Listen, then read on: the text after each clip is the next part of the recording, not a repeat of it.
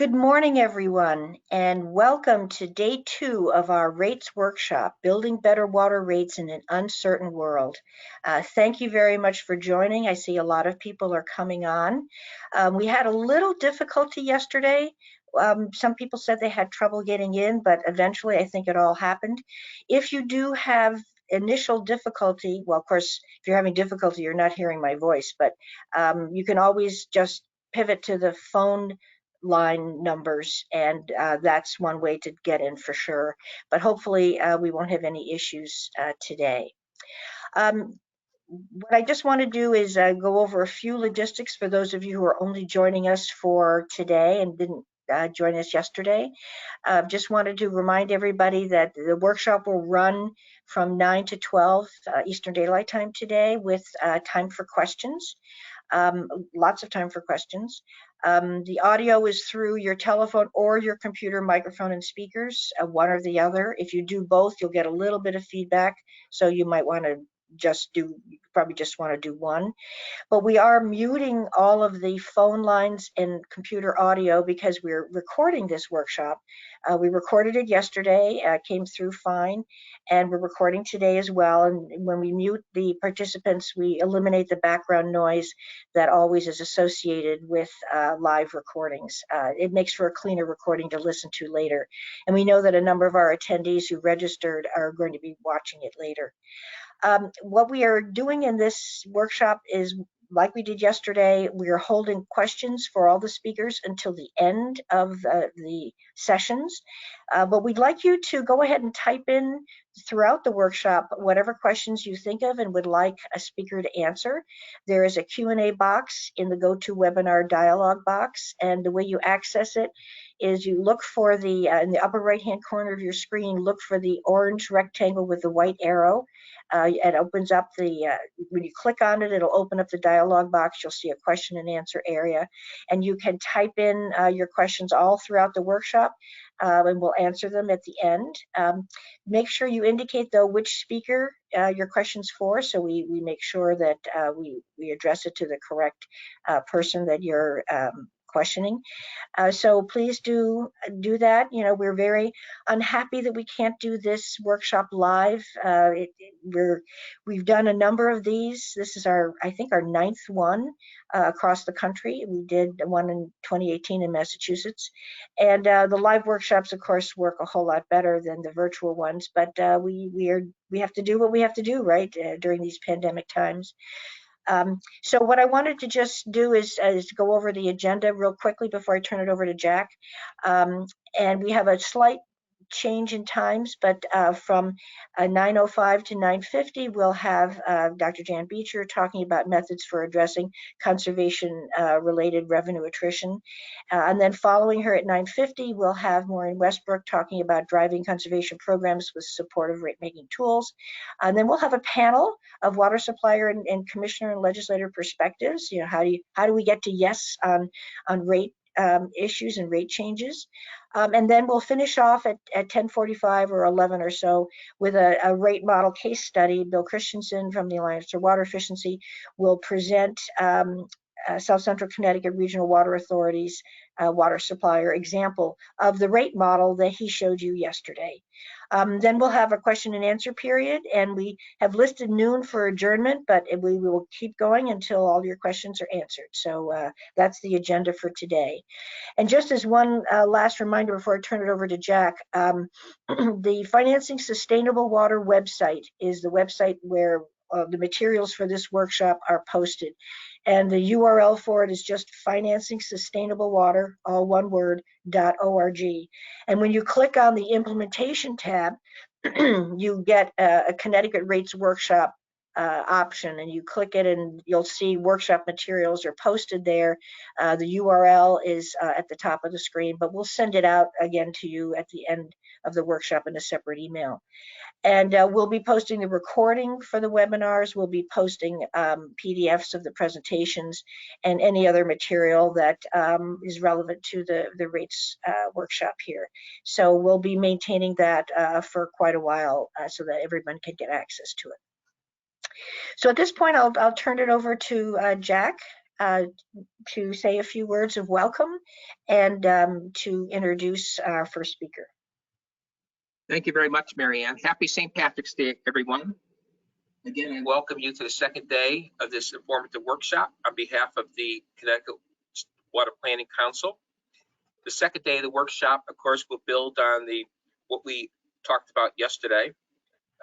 Anybody that did not see the workshop yesterday or participate can still, as Marianne said, see the handouts on the website, as well as the links to resources that were provided yesterday.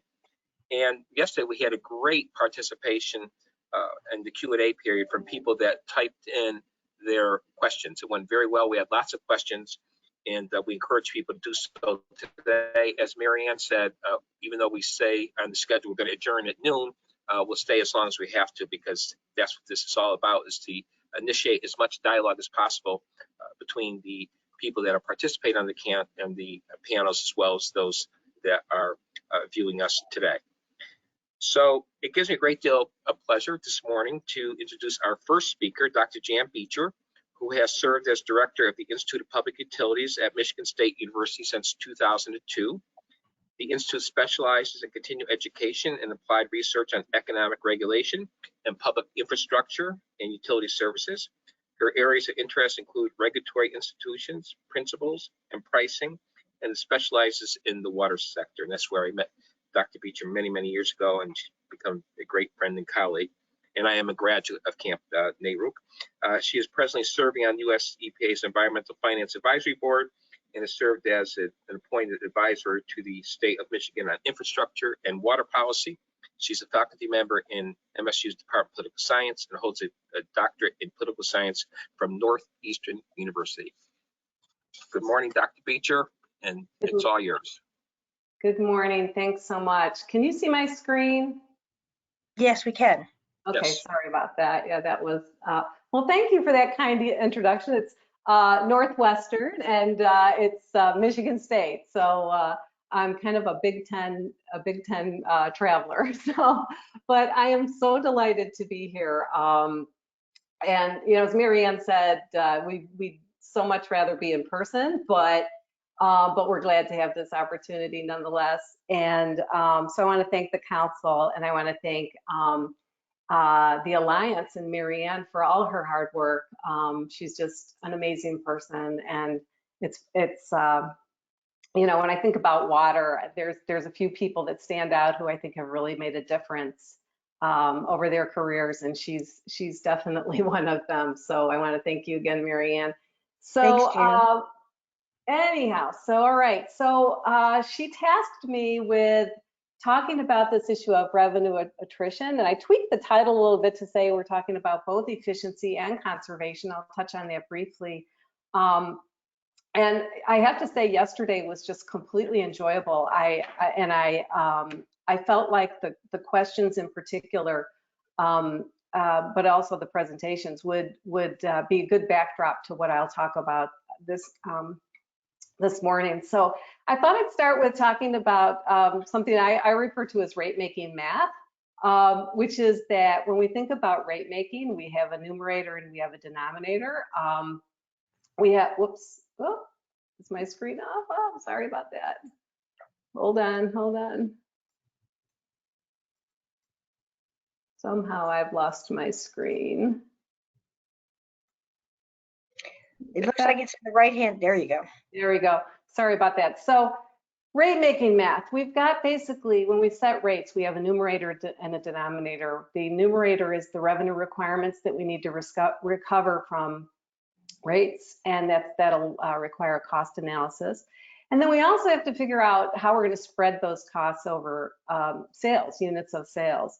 And I would say generally, you know, we spend a lot of time on the numerator, getting the revenue requirements right, and that's informed by accounting information and cost analysis.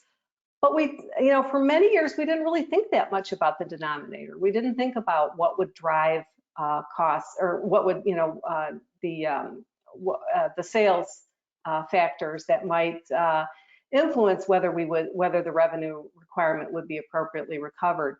So if we miss either one, if we miss the revenue target or if we miss the sales target, our rates are going to probably be off, and we're going to probably have trouble maintaining financial sustainability. So, you know, these both of these factors have a lot of implications. Uncertainty is not new. We talked about that a lot yesterday. It's not new in rate making, and in fact, even pandemic was a known risk for utilities. But the pandemic does illustrate how estimates and allocators can go off in an unexpected event. What we're seeing now is, you know, lower non-residential use at lower rates and higher residential use at higher rates in the context of the pandemic. So the issue that we're talking about is often referred to as regulatory lag, and that meaning the attrition or erosion of revenues in between rate cases. Formally, lag is that delay between a change in a cost or revenues, or, you know, and that can be driven also by a change in usage, you know, relative to the prices charged to ratepayers. So normally, if you have an issue of lag, if rates are off, you'll see that trigger a new rate case. And you know, there's other definitions of lag, but that's sort of the basic understanding. Regulatory lag is actually part of the model by design.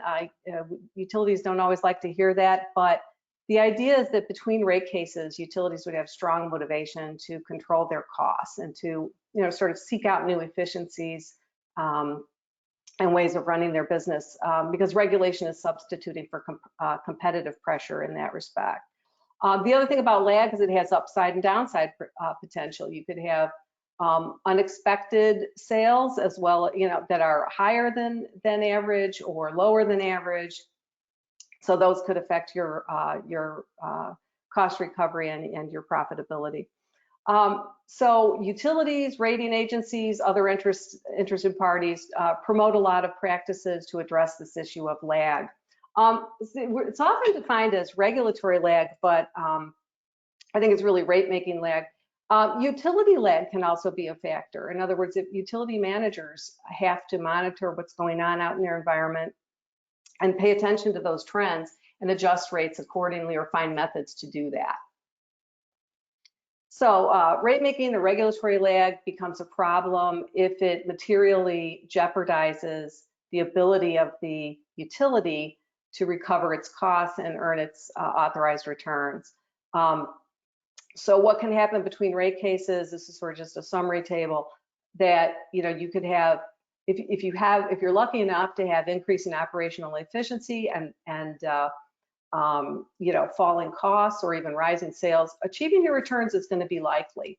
If you got the opposite situation where you're seeing costs go up or sales go down and you're seeing problems with operational efficiency, achieving your returns is less likely. So it's really about, you know, those dynamics happening all together. And it's one of the reasons why we like to have regulators be able to look at the whole picture. Okay, so this issue came up yesterday,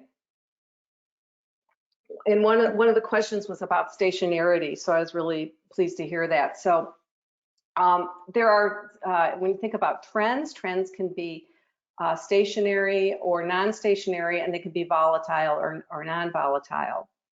And those two factors together are what can really affect sales by utilities, whether it's water or energy.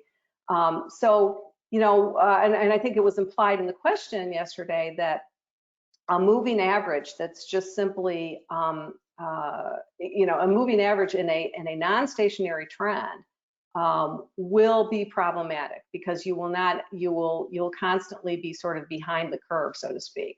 So I'll give you a couple of examples. So here's some examples of non-stationary trends, you know, that come from the climate change experience, where we see, you know, pretty clearly that we're trending upward, even though we have these extreme fluctuations in weather. Now, for water globally is a renewable resource. Globally, you know, in the aggregate, it would demonstrate a stationary trend. In other words, you know, all the water ever on Earth is still on Earth, and it's just a matter of, you know, when and where. In fact, I would say that water has properties we wish energy had, because it is renewable and it is storable. However, we also know that water is finite, it's transient in time and space, it's subject to stress, and it's also energy intensive. And I think that was mentioned yesterday too, that water may be using energy resources that we are also trying to conserve and be more efficient, where we want to be more efficient, or where we want to transition to cleaner resources. So I like to make a slight distinction. It's mostly semantics. We tend to use the term conservation generically. There is a slight difference between efficiency and conservation. Efficiency is the idea of doing the same with less. So you get a gain, you get a welfare gain from that. Conservation tends to imply that you're going to have to do less with less. You may have to actually sacrifice. So you may sometimes want to reserve that concept for when you're under certain conditions. In other words, it might be a conditional issue. So even in water-rich states or areas like Connecticut and Michigan, where I live, it's always important to be efficient. That's always prudent, and that good stewardship of our resources.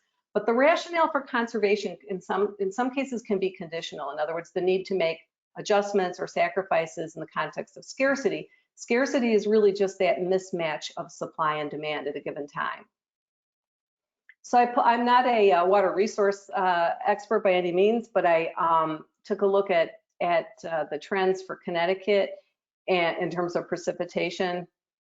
And interestingly enough, at first glance, and in fact in earlier renditions, it showed precipitation trends as a stationary trend.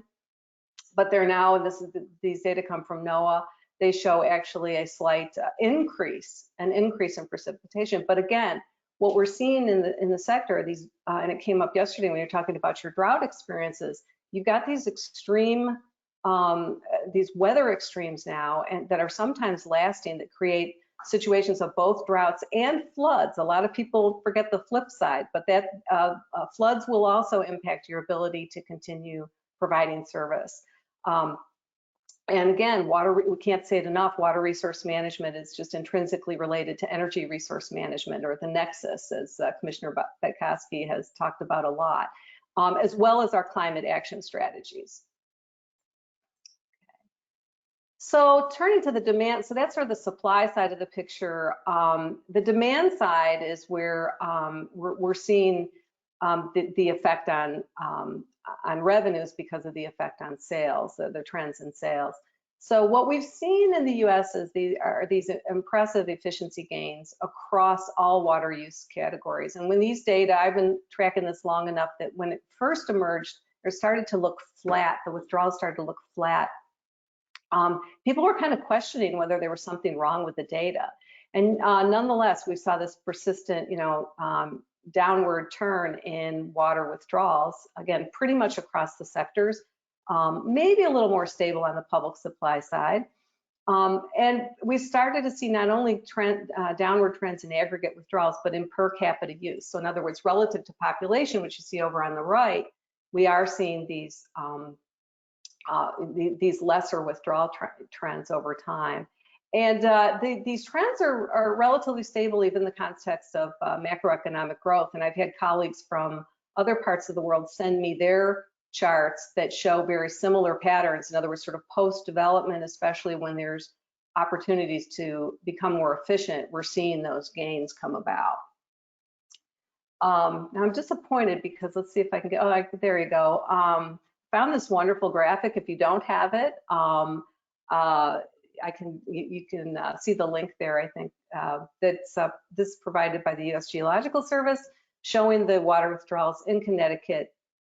And one of the messages of these bigger pictures is that we've got to remember that when we're talking mainly about public supply, but it is really important to have all stakeholders and all water users at the table when you're talking about a statewide strategy for efficiency and conservation, especially under drought conditions.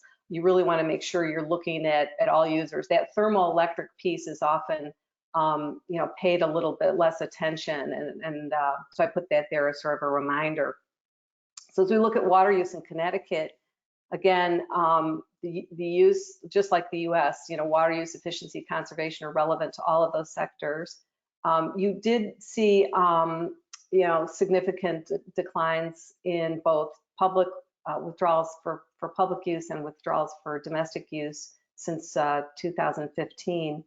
And water utility sales also validate these trends. And so I grabbed data from Torrington just to show the, their sales data by customer class over time. And you do detect those trends, especially perhaps in the residential sector. We touched on this yesterday, and Marianne touched on it, that declining demand is associated with rising rates. All other things being equal, you have to reset the rates to recover the same amount of revenue. So what that would mean, though, is the customer's bill would be, and again, Marianne said this, would be relatively comparable. So pre-pandemic, we were seeing these 1 or 2% declines, and I would consider it a non-linear trend, expected to stabilize at some point. But now we've got this pandemic effect. So you can see here that we actually saw a pretty significant rebound of residential use last year as people were working at home. So that wasn't entirely unexpected.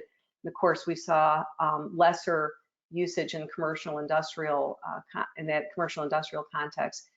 And then in terms of these classes, we are seeing more of that price pressure on the residential sector. And that's one of the reasons why you see some of the concern by the advocates and by the residential customers themselves about how their water rates continue to climb up. And I'll come back to prices a little bit later. So I won't go into a lot of these details because, again, I think Marianne covered a lot of this, but I sort of subdivide the drivers of falling water usage into different areas because it depends on the type of metric you're using, but there's sort of per capita or per function measures. And really that's where these efficiency standards come in.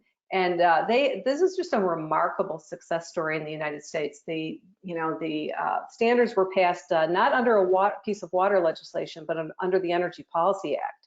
And we've seen just this tremendous result year on year as appliances are switched out and people upgrade and new developments take advantage of these newer fixtures and appliances. We're seeing that impact.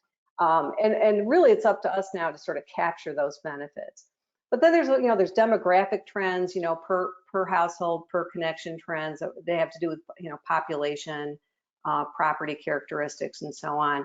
The other thing about water is there's really unlike energy where we're coming up with new things to do all the time, think about electrification. With water, we don't have a lot of new uses for water. So when we gain efficiency, that really has a substantial effect overall. So, it's something, again, that stands out as far as the difference between water and energy. I think Marianne also touched on this yesterday, and that is what do we pay for water relative to other utilities. So you see that on the left, and it still is, in the aggregate, a lesser burden on customers as compared to their bills for energy and for telecommunications. But it has grown, and as Marianne said, there might be some areas where your water bill might be in competition with your energy bill. But what we do see, she showed the overall CPI data. I track this every year. If you're ever looking for the data, just let me know. I'll be glad to share it with you, share the current charts. But we're seeing these water prices really accelerate very quickly and at a much faster rate than the other utilities, and that is putting a lot of pressure on bills.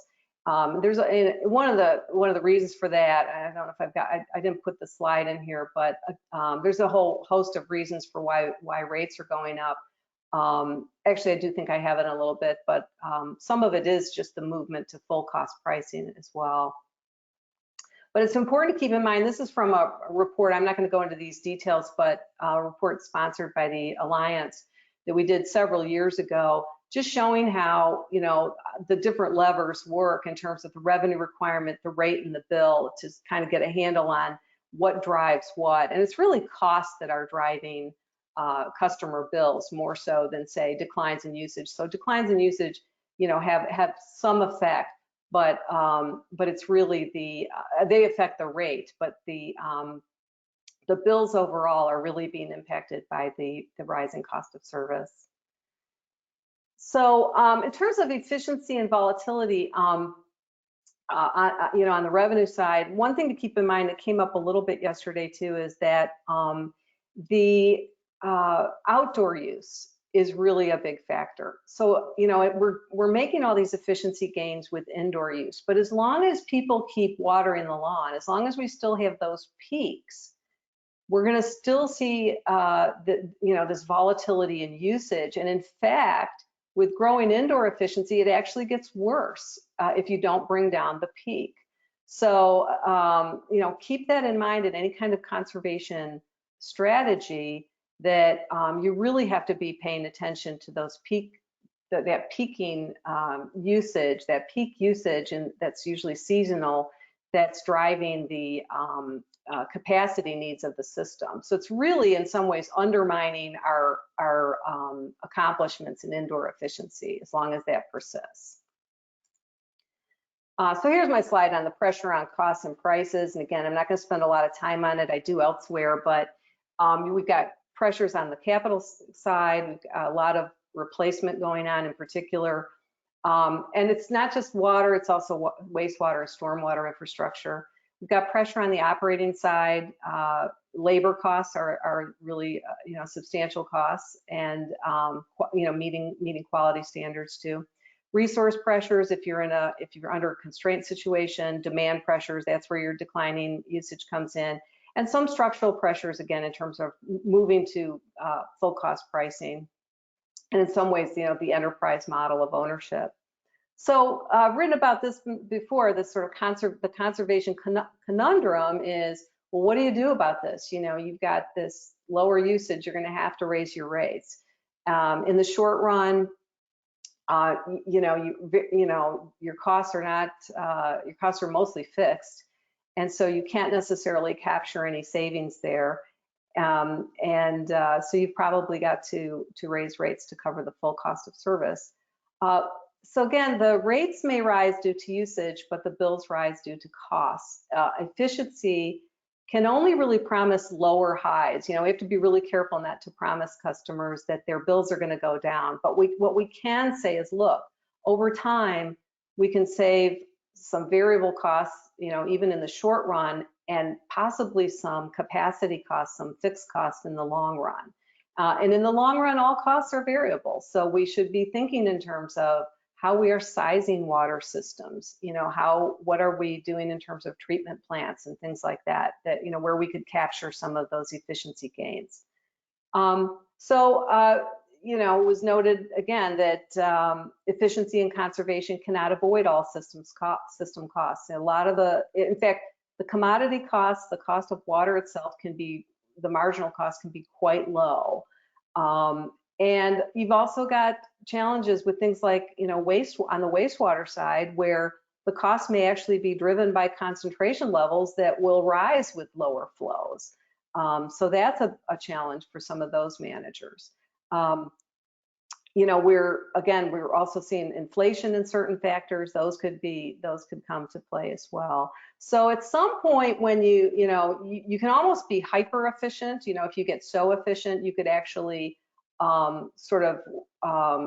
run out of additional savings that you can gain from conservation, and possibly even, you know, cause some destabilization of the system. But nonetheless, you know, so utilities have to face this conservation conundrum and find some methods to address it. So that's what I'll talk about now. So I put together a basket of ideas, and I'm really going to touch on the first ones. The first three I'm going to just touch on briefly, because those could be a topic for another workshop. And I'm going to focus more on the rate making, rate design stuff. So, but I feel like it's always important to mention that the best way to control costs and to control customer bills, or the best way to control customer bills, I should say, is to control costs, to make sure that your system is optimized. So I've written about this a little bit, that, infrastructure is at this inflection point. We've made these efficiency gains. What are we doing to translate those gains into a more efficient system? Our systems were not built out to be optimal, and we shouldn't rebuild them in kind, in my opinion. I think it's time to sort of right size. There are models. The one on the right comes from a company called Optimatics. It's actually an old graphic, but I like it because it's in motion. But you may, as you reinvest in your system, you may upsize some pipes, downsize some, relocate some, and abandon some because they no longer serve their same purpose. Then you could look to structural options like regionalization and collaboration. There's a bunch of supply side technologies, especially in the energy area, you could look at, and there's demand side technologies that all of which could help you lower system costs. A big issue, and this really does relate directly to the revenue attrition issue, is forecasting and planning. We can't be passive about this. We have to be very active in our forecasting and planning. Again, moving away from that idea of just using simple averages or moving averages for non-stationary trends. There's statistical methods here too that can be applied to help in both midterm and long-term capital planning. And again, finding ways to sort of optimize as you're doing that. I put two examples from Seattle in there because I think they were ahead of the curve on this. And so these models help us, better understand demand patterns going forward. Bill had so many good quotes. I put one in here. One of my favorites: all models are wrong, but some are useful. And again, we don't need to let we don't need to be perfect to actually accomplish, I think, a lot in terms of improving our resource modeling and integrated resource planning. Another issue, this is an interesting one to watch in terms of ways to help managing going forward. I think there's going to be a lot of exciting work in the next few years on how we, it's sometimes called financial engineering, how we pay for infrastructure and how we recover those costs. One basic thing for utilities is, the depreciation expense that you use to recover, to provide cash flow through, so it's a non-cash expense, so it brings cash flow into the utility, and that can be used for both debt coverage and reinvestment. So if you're not using a depreciation technique, if you're in a non-regulated system, non-private system, it's something to think about. Refinancing right now at low interest rates and possibly even extending terms could bring in cash flow and actually in some ways better align costs with rates. And by the way, the credit agencies out there, S&P and Moody's, but maybe S&P in particular has emphasized that efficiency and conservation are credit positive. So those they're viewed well from the financial community because they like the reduction in instability. So let's turn to rate making methodologies. The first and foremost, you need timely and accurate changes to rates to reduce lag in cost recovery. Making annual adjustments if that's necessary. And I realize that the issues are somewhat different if you're, again, public and non-regulated and private and regulated, but regular rate increases may be necessary. You may need to look at your test year, how you're setting rates. Are you projecting out for known and measurable changes to costs and a reasonable demand forecast? You may want to set your rates on a multi-year basis and have some sort of an adjustment mechanism in there. Other rate making, methodologies include creation of that regulatory asset, which Mary Ann mentioned, which is a way basically to take an expense and put it on the balance sheet and spread it over a couple of years. It's sort of a deferral. That's for probable recovery of a prudent expenditure. Keeping in mind, though, that regulatory accounting and treatment prevails over FASB or GASB. So, if you're regulated by PURA, they actually get to decide. You can also, I'm looking into this more lately, the use of these strategic rate or revenue stabilization funds. You put strict caps and controls on them. They have to be ring fenced, but this could provide, this could be a fund that you replenish, and that could allow for some flexibility in between rate cases and sort of mitigate against those fluctuating sales. I'm doing a case study now of Pennachuck Water, and they actually have a three-part, there's basically 3 stabilization funds related to their recoverage of their bond, their acquisition bonds, but also their regular debt service and now their operating expenses. So they have really refined the use of stabilization funds. So they basically keep $5 million around and replenish it with coverage charges. So as far as rate design alternatives, this was touched on also just briefly, and of course the rate model gets into this.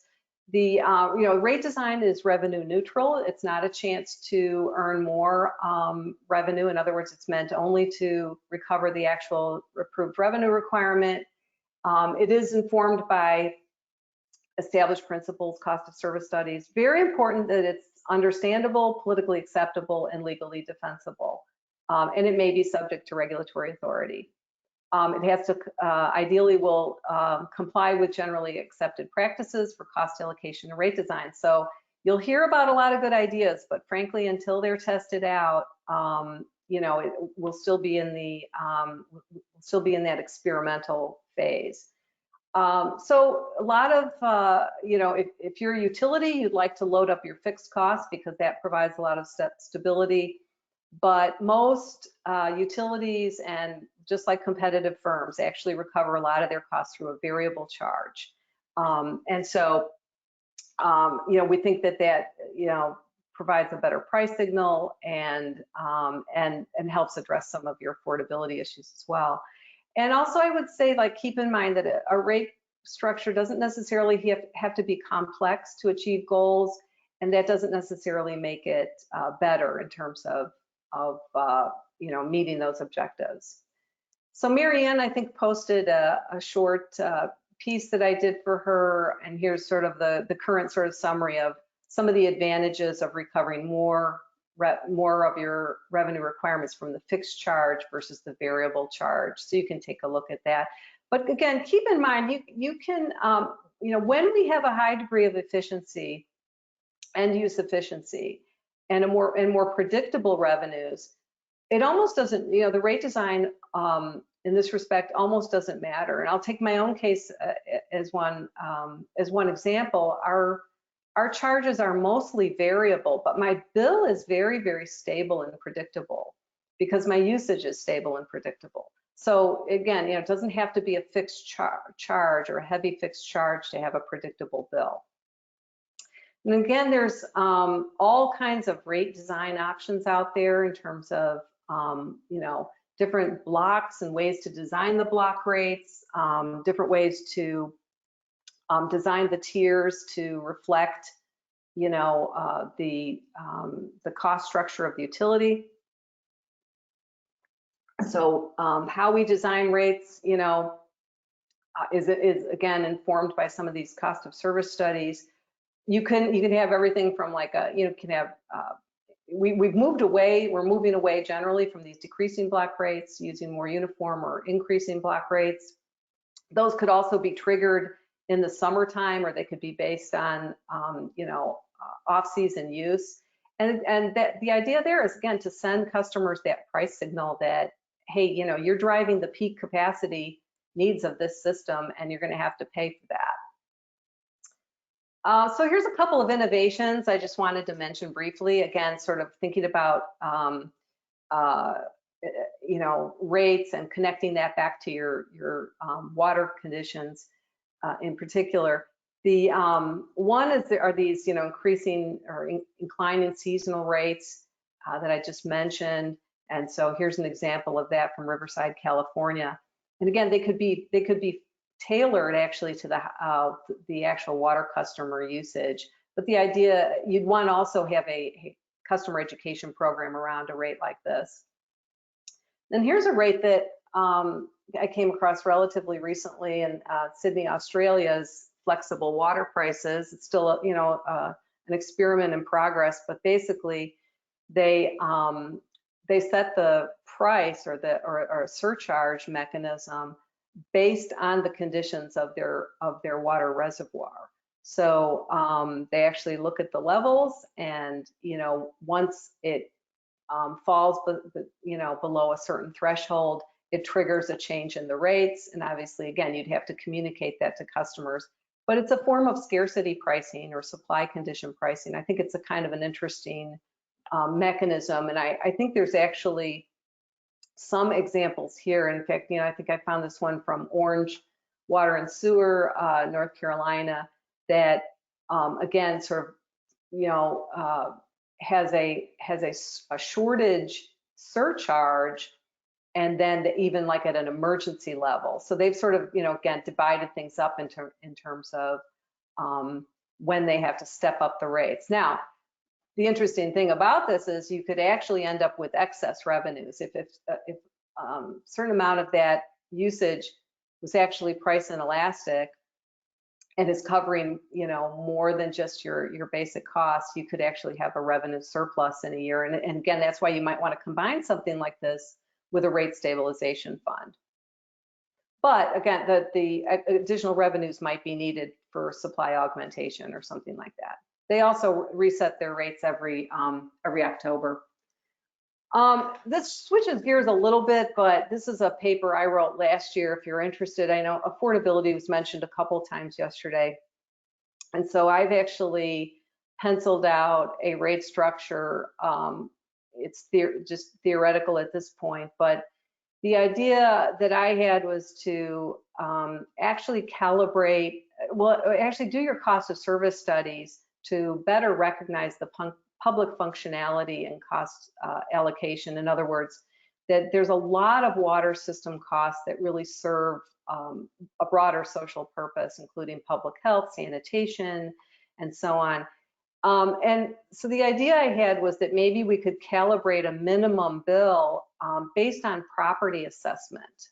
And so that would be sort of the equity component of the bill. And you could also include in there an essential usage allowance. I use 25 gallons per person per day, or say about 2,000 gallons per household. And so this would make water a lot more affordable, again, assuming that your property values are reasonable, or some metric, some related metric would be a reasonable proxy for income. And then what you would do is design your variable rates based on usage for water resource management, and maybe pull in something like one of these water scarcity measures. So and then my last component is I think we should think seriously in this country about prohibiting disconnection. I think it's not a very effective or cost-effective public policy, and certainly not a very pleasant public policy, as we know. We've learned a lot about that during the pandemic. And if you absolutely have to, now if rates are more affordable, hopefully you wouldn't need to do it often, but you could deploy a service limiter instead of a total disconnection. So I realize that's probably a little more thought-provoking than you wanted at first thing in the morning, but I'd be glad to share the paper with you. It's available open access. So going back to our rate making math, let's talk about adjustment mechanisms. So we have two types of adjustment mechanisms. One deals with the numerator, the cost adjustments. One deals with the denominator. Those are revenue adjustments. Maureen's going to get into how these work in Connecticut, but you set me up perfectly because you've got both. You've got the cost adjustment mechanism, or your WICA, and then you've got a revenue adjustment mechanism on the revenue side. There's a good presentation by Rich Sobolisky from his Nusuka presentation that I think I shared with Mary Ann, or I will. So these cost adjustment mechanisms are also known as riders, trackers, surcharges. The idea is to reduce the frequency and expense of rate cases over time. They are very much favored by investors and their credit rating agencies. They view that, again, as a positive. Now, keep in mind, these originally applied only to variable operating expenses. They were actually first designed for fuel costs. that were substantial, volatile, recurring, and outside of the utility's control. Those were the 4 criteria. It's been a little bit of a challenge to apply them to capital expenditures. They don't necessarily meet those criteria. So I would say if they're used in the, used for on the capital cost side, you really need to have an optimized capital improvement plan. You don't want to just sort of set it and forget it. In fact, there was a little, I just read yesterday, there's a little pushback on these in Illinois for natural gas because it started to feel sort of like a blank check, that you could just keep spending on the capital side. So these are some of my implementation ideas there, again, to sort of make sure that we're not just setting it and forgetting it. Same with the revenue assurance mechanism, which yesterday somebody asked about decoupling, and that's basically what decoupling is about. Decoupling is the idea of detaching sales from revenues and profit potential. It's a revenue cap as compared to a price cap mechanism. So, essentially you're trying to ensure that the revenues will hold even in the context of declining demand. It really was meant to address this throughput incentive to sell more. In fact, it only actually neutralizes incentives. It doesn't provide a positive incentive to reduce sales. You'll have to do that with other mechanisms or policies. And in fact, the utility will still have strong incentives to invest as long as return exceeds the cost of capital. So it's kind of a technical issue in rate making. These have been discontinued in a few places, so it's kind of a dynamic issue right now as far as where we're going with decoupling. There are other tools some of which we've already talked about that can be used for these issues. So here's just some more. Here's sort of an overview again of the possible advantages and disadvantages of using any of these mechanisms. Again, I would mainly advise against automating. We really want the regulator to get the full picture of what's going on. We want them to understand and evaluate the dynamics, because as some costs might go up, others might go down. As demand changes, that also affects costs. All of these, very fundamentally affect the risk of the utility. And so whenever you affect the risk of the utility, you also have to revisit authorized returns and incentives. So keep these things in mind. Again, that's why we tend to prefer full rate cases, at least on occasion, to make sure the regulator can look everything over. And then finally, there's I realize that's a lot. I'd be glad to take questions later if any of this raises some issues.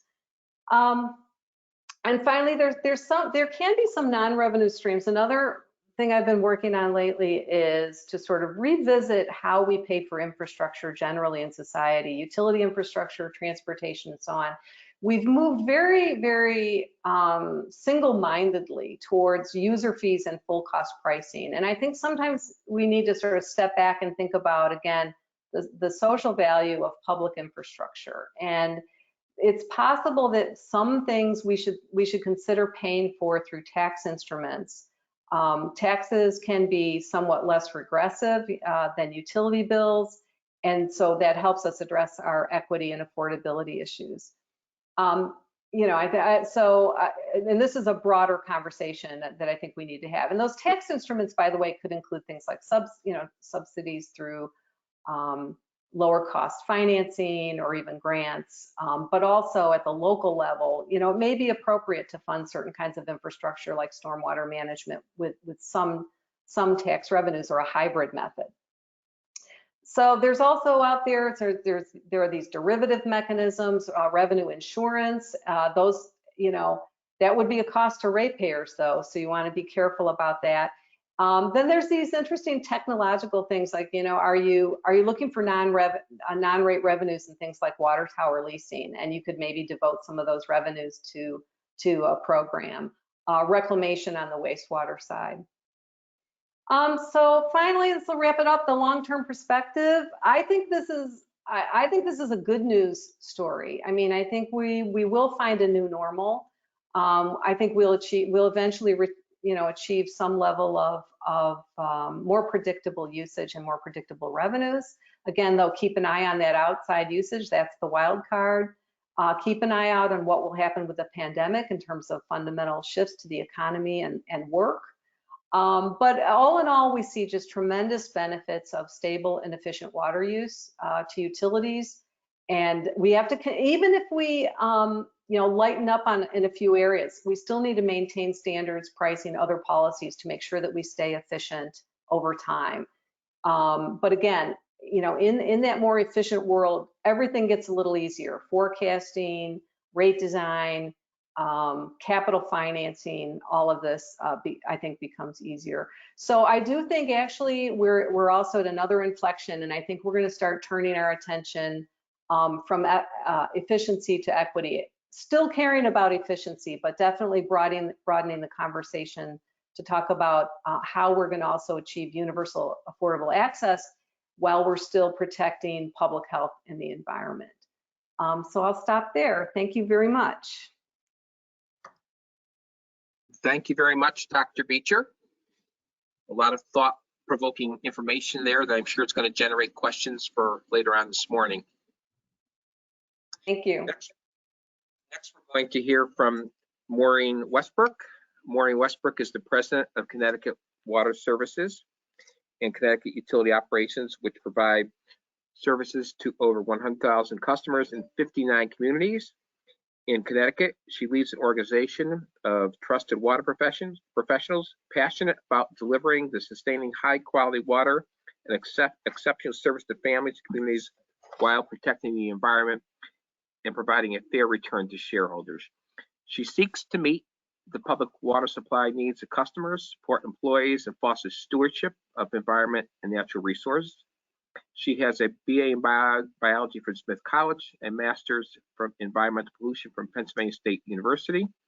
She has been an active member and held leadership positions in the Connecticut Waterworks Association and the Connecticut section of the American Waterworks Association and the National Association of Water Companies. And she does an outstanding job as the head of the Connecticut Water Company. We're thrilled to have her with us this morning. And I give you Maureen Westbrook. Good morning, Maureen.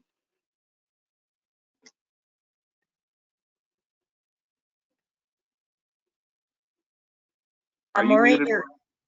yeah, you might be muted, Maureen.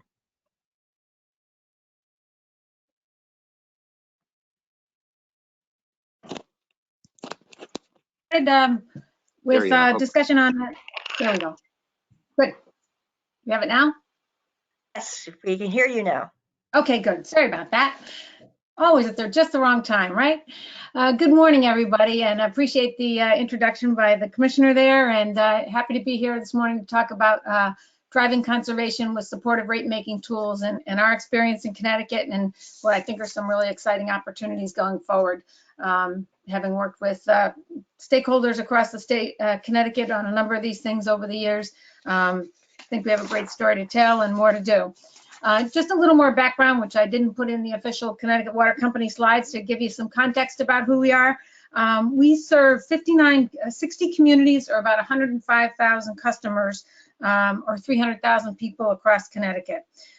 Predominantly residential customer base, and we're kind of somewhat unique or fairly different in that we are we have separate geographic areas even within the state of Connecticut. So a lot of systems that are not physically connected to each other.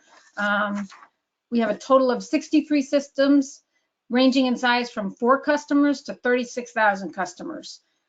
51 of our systems have less than 1,000 customers, which those you'll see create their own challenges for quantity, quality, redundancy. I think Lori spoke to that yesterday on some of the small system challenges, and as we've acquired those systems, we have similar challenges or have to meet those challenges. We have a total of 12 active reservoirs, 5 surface water treatment plants, and over 200 wells across our system. Again, we serve about all or part of 60 towns, primarily a residential customer base, and our average demand ranges from 18 to 36 million gallons a day. So now on to kind of how that fits into water planning in the state of Connecticut. Certainly, as a lot of people have talked about, our state water plan is really a leading practice in the country, quite frankly, in terms of how its efforts to balance public health, safety, economic development, and environmental goals. And that always is, the backdrop as we think about, as it's been mentioned before, Connecticut's a water-rich state. So a lot of people think, why do we care about this stuff? But it's also a state where we have been very proactive and, quite frankly, quite early on in requiring utilities to, have plans to ensure they can meet current and future water demands.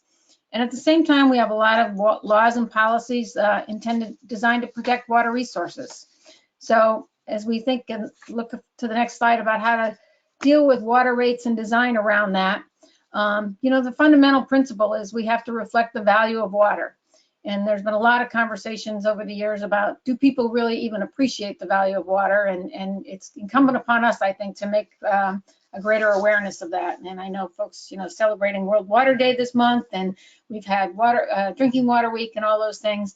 But it's really kind of got to be embedded in the culture and people's general understanding of just how essential water is for their daily public health and safety needs. And we have to, have rates that reflect that full cost of service, as Dr. Beecher had mentioned earlier. We provide revenue requirements to meet the operating and the capital costs to continue to deliver that water to our customers 24/7, 365. We know full well that our obligation is to balance the customer's rates with the company's financial needs so that we can sustain our systems long-term and meet both the current and future system needs.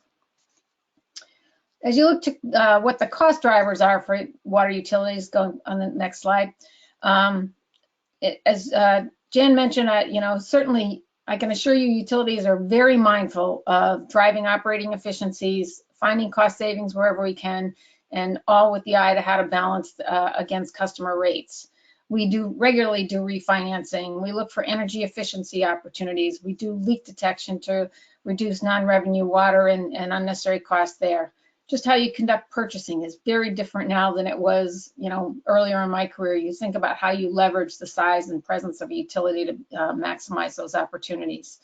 At the same time, some of those very tracking mechanisms and the tools that we have in Connecticut, one of the benefits for having things like the WICA charge and the water revenue adjustment mechanism, but particularly the WICA charge, is it's a streamlined regulatory process that allows for all the right controls to ensure the customer's interests are protected and there is appropriate regulatory oversight.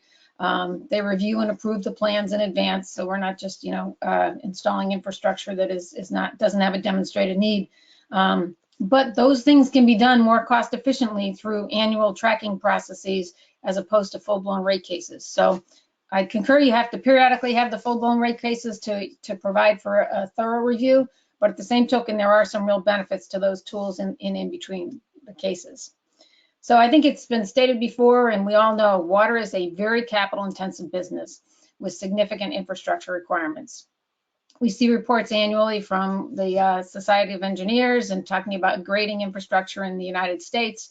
And, whether it's transportation, water, wastewater, there's a lot that has to be done in this country. And, I think for a lot of years, people have deferred that need and figured someone else would pay for it. And I think it's incumbent upon us as leaders now to be doing the right thing to set the stage for meeting those, not only the current, but the future needs there.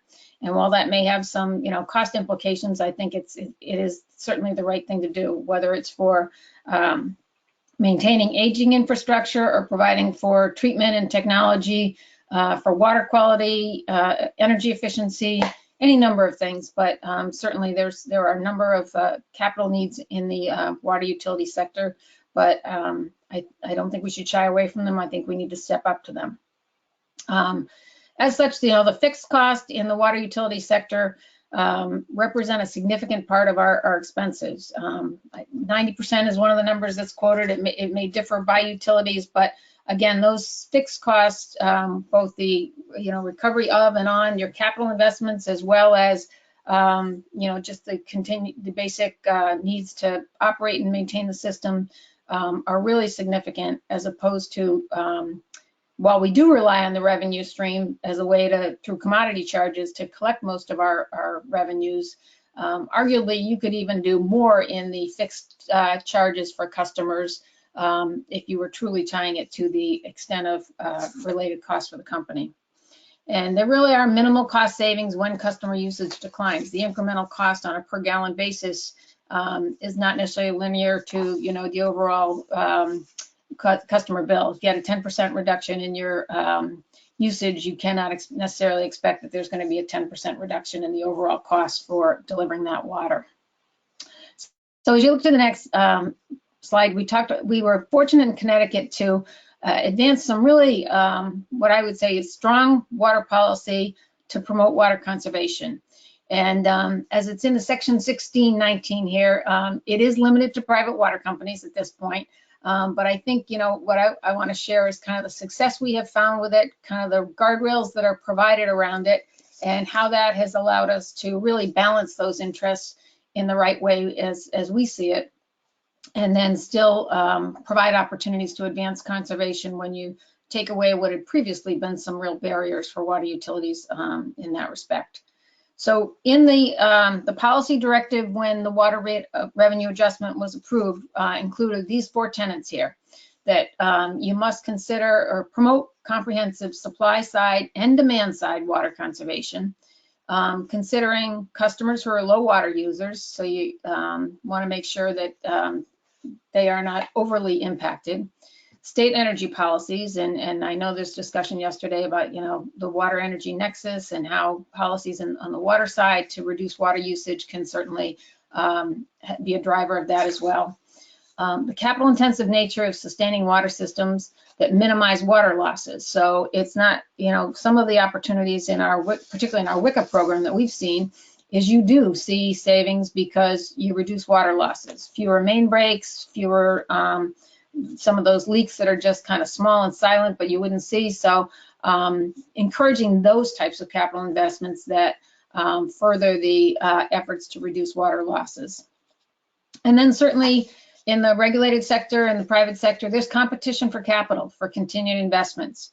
You know, as we try to attract capital to support our business, there's competition, whether it's, you know, between companies, whether it's us and American Water, us and Essential Utilities, and, you know, sure, potential investors look at the regulatory construct. They looked at, you know, how likely you are to be able to be successful in a particular state. And then there's even, you know, in multi-state operations, you know, American's a great example of it. I've heard their president say it a number of times.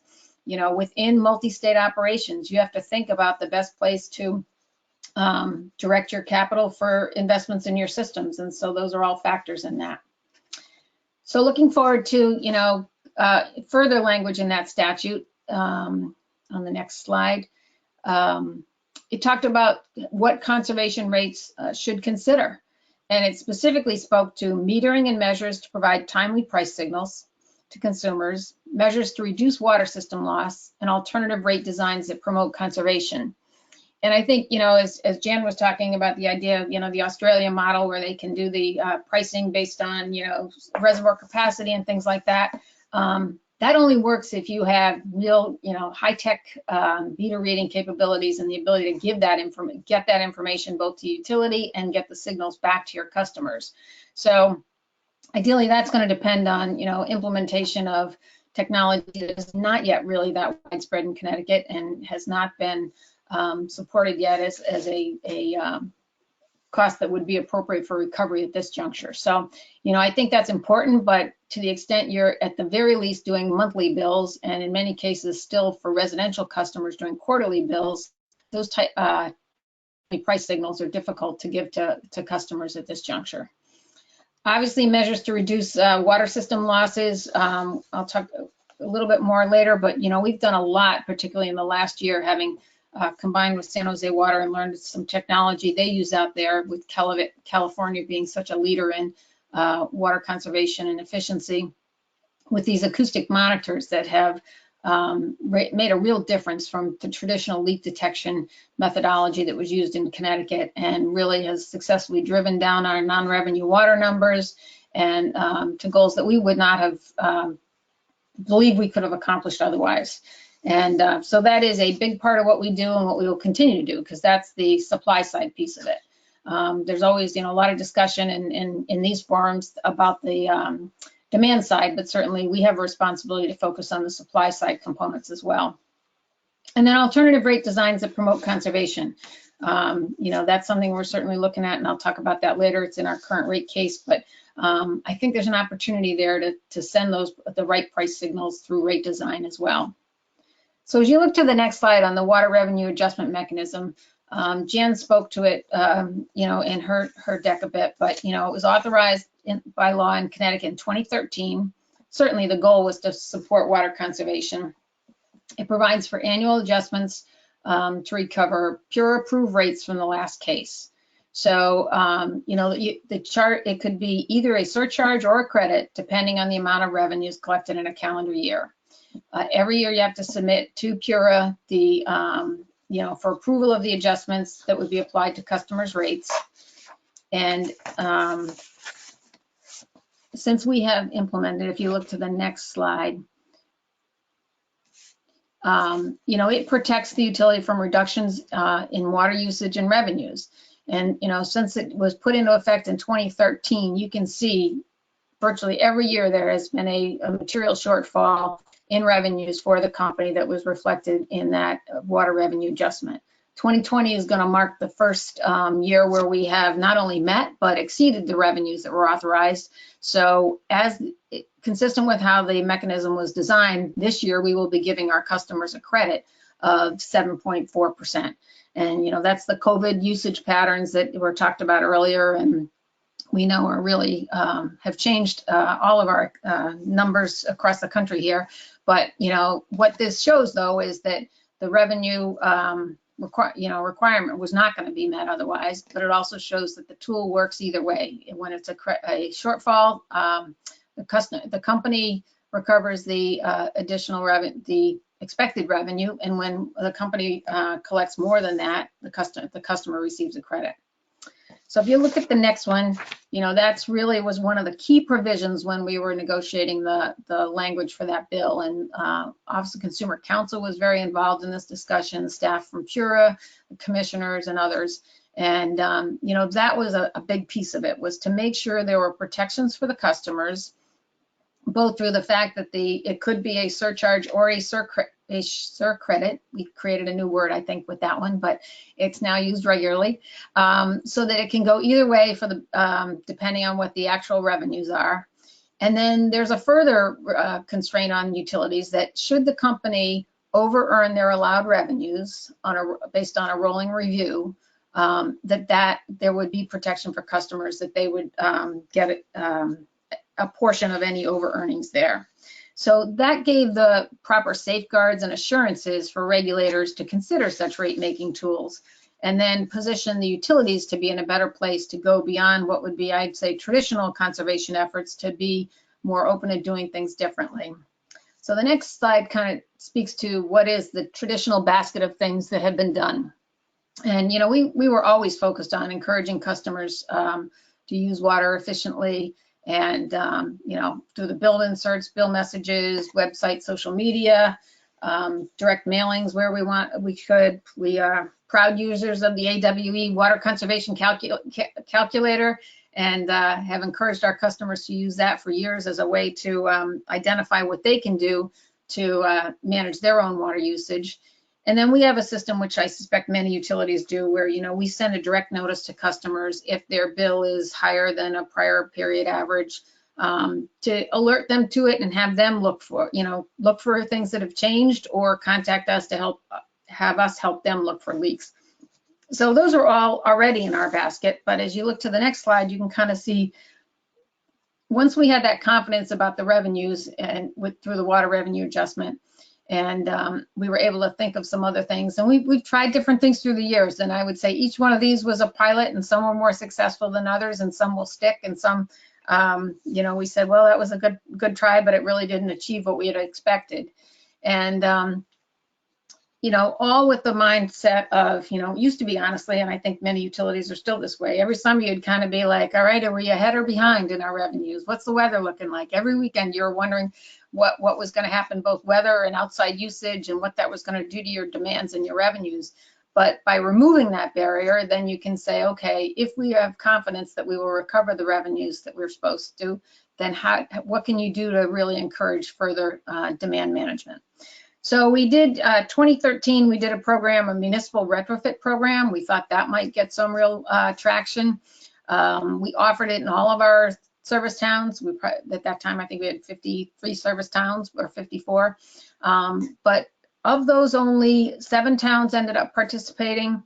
What we did was we offered that we would go in and have someone replace toilets with high efficiency toilets and faucets and aerators and things like that to reduce the usage in the municipal facilities. And it was not open for schools, but it was all the other municipal buildings. And so again, the participation was less than expected. We did it free of charge for those who were interested. And, you know, in those cases, we definitely did achieve some results there by replacing some toilets and some faucets in communities that otherwise probably would not have done that. But what we learned was many of them had already done some of those things as a result of either energy audits or just because they had found other opportunities in building renovations in recent years. And again, as we've spoken to, the code in Connecticut has encouraged those more efficient fixtures for some time now. And then one that we did that was kind of fun was we had a water drop challenge. And I remember Commissioner Betkowski being there the day we announced this, and it was something that was different. We promoted to our customers that we would give them an incentive if they were able to reduce their water usage by 10% year to year over a 1-year period. And it was all electronic so that we were not incurring a lot of costs for mailings and things like that, which just didn't seem to align with a water conservation goal, which should similarly be not otherwise recycling paper and things. So we did have 5,000 customers enroll, so about 5% of our customers at the time. They were eligible to get a $30 credit if they achieved that 10% reduction. Of that 5,000, 40% of them achieved the savings goals. But we were able to then look at those customers and see what their actual change in usage was over that period, because they were all enrolled, and we were providing them monthly updates and opportunities, reminders and conservation tips and things. So in the end, we calculated it saved about 30 million gallons through that program. So that one wasn't good. And we continued to communicate with those customers via email afterwards. And we have since used all the materials that we developed for that purpose to share with our broader population as tips. And we surveyed those folks afterwards to kind of ask them what they found was most effective for them. And then we continued to, promote those things with other customers. And then the other one was the Water Drop Watchers, a conservation education program that we initiated. And we partnered with Pomperaug River Watershed Coalition and to develop the materials. They had some people there who really understood the state curriculum requirements. For years, we've gone to schools and community programs and, spoken about these things, but it was much different when we could have a program that definitely met the curriculum requirements for the state of Connecticut. And it was able to, kind of plug and play for the teachers. And it was really designed more with, it's got a blow up earth ball that the kids get to throw around and look at how much is water and how much is land, and just a lot of hands-on things that was very different than anything we'd done before. And through that program, we reached over 2,700 students in 161 classrooms, and we're migrating it to a virtual approach now because of, the circumstances last year. But I think that will just give us more opportunities to get it out to folks going forward. So with that, the next one, we're looking now at what else we can do to promote residential conservation with that focus on outdoor use. I think, as Jan said, that is one of the wild cards that's still out there. And, we see that is where we have the greatest shifts, and particularly in some of our small supply constrained systems, that creates some real operational challenges. In some of these, little communities with 40 to 50 homes, it just takes one person out on a weekend watering a lot or doing some, filling their pool or whatever they're doing to really upset the available supply for that system. And honestly, we end up bringing in tankers sometimes to these to supplement their water supply source, which is not at all what we want to do on a continuing basis. So this year we went out with as part of our merger commitments when the company Connecticut Water combined with San Jose Water Group, we agreed to do a pilot to promote 2-day per week irrigation in our systems and targeted first those smaller supply constrained systems. And we ended up doing notification to 11 systems. And, this year I would say it's hard to look at the data with a whole lot of confidence in terms of what it means, but we did analyze it. And, given that there were so many variables this year, both with customers' usage in COVID and as that would make the denominator change in some cases, but at the same time, our leak detection efforts also affected that. So we were finding opportunities there. So I would say the data, I don't have 100% confidence in it yet, but it certainly is telling just on a real raw data basis. The difference in usage from April to September, from this year to last year, in all of our systems overall as a company went up by 9.8%. The difference for those who did not receive this notice or be part of this targeted pilot was an increase of 13%. For those who received the notice and were part of this pilot, their usage was down by 27%. Now, again, they're smaller systems, so every time you talk, whether it's leaks or savings, a relatively small change on a smaller denominator is going to seem larger, but the same token, it is whether it's 27% or 15% or whatever, they were the only area where we saw that significant decline as compared to all the other systems that went up during that exact same period. So we think there's something there, and we're going to continue that through a number of efforts here.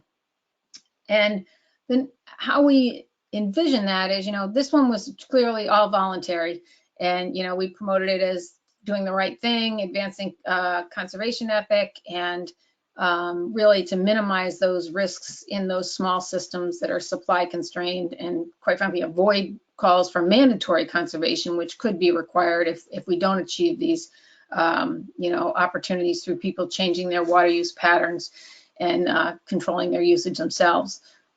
But we think that as you think about how you do that or do use restrictions as a result of drought or other system constraints, the enforcement is going to be a big piece of that. And I know through Water Planning Council Advisory Group, for years we've been talking about how do you promote that enforced conservation restrictions. And there has been a model ordinance out there for, I'd probably say decades now, that has had limited success in being adopted locally. And we went as part of this pilot to the communities to say, will you adopt this ordinance? Is this something you would consider? And, one community is somewhat interested, but hesitant, quite frankly, of what a signal it might send for economic development in their community if they adopted it.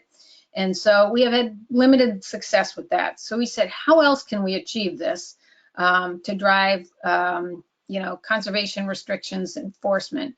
So in our current application before the commission, we're seeking to amend our rules and regulations to provide an additional enforcement tool. And it would mean that, when we move to restrictions or when we ask a system to go to 2-day per week irrigation, whatever the, pending request is, we would send proper notification to folks to let them know what the expectations are, but also let them know that there would be a fee for failure to comply.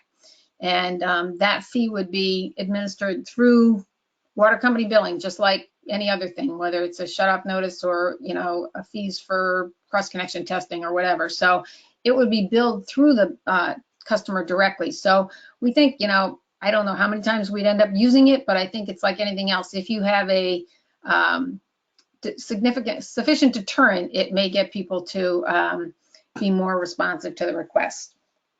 And similarly, again, it's in our current rate proposal. And so in fairness to the commissioner, I won't spend a lot of time talking about it, but we are also looking at, rate design to promote conservation with an inclining block rate that would impose a higher charge for residential users over 15,000 gallons per quarter. And that, still gives you enough to get over our quotes average across all of our customers of 11,340 gallons per quarter. But it really would get to those with the significant outside usage. And we have that average across our company is 11,000 gallons, but we see significant variability even within our systems. And, you know, there's some that we finally refer to the communities with the McMansions, and their usage is quite a bit higher than that average in the summertime. And so for those folks, we think it is appropriate to send a price signal, and hopefully that would help change some usage patterns. And you know, that has so many benefits, from whether it's operational benefits, environmental benefits, you know, it's all part of our goals there.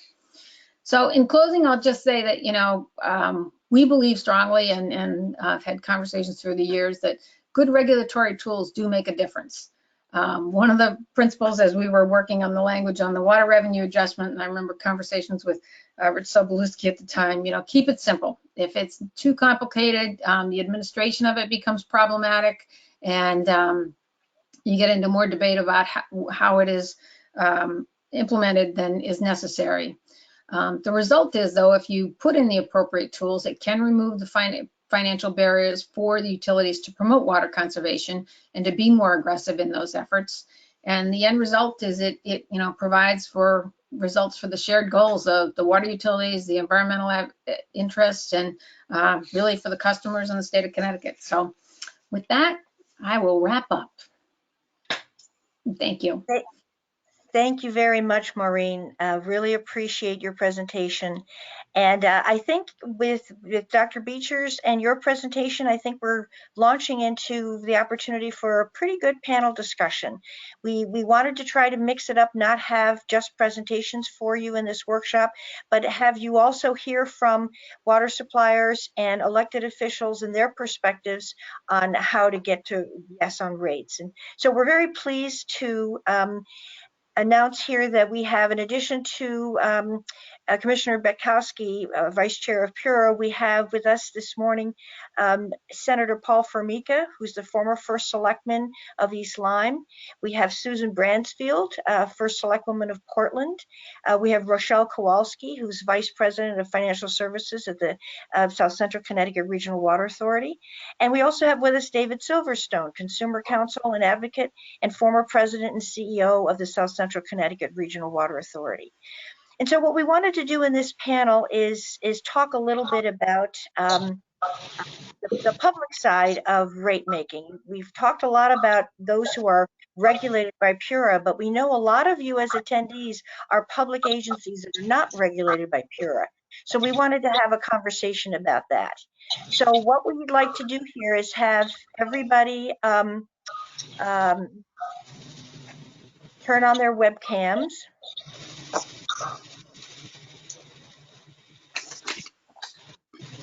And I will see, how do I stop sharing here? Liam, can you just remove there we go. And we'll have everybody with their webcams on. That would be good.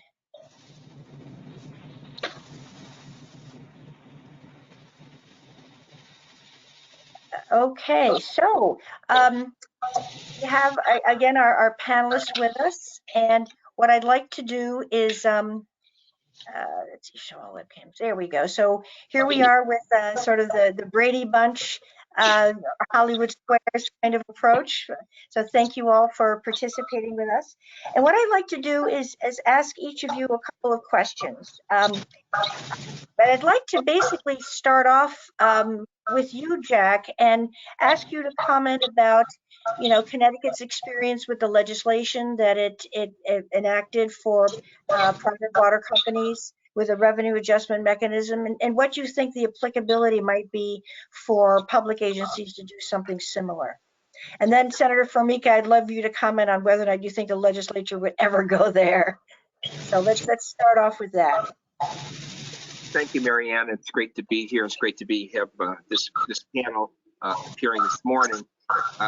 One of the things that with the regulatory adjustment mechanism, when it was passed by the legislature, one of the impetus behind it was the fact that it would mitigate rates moving forward.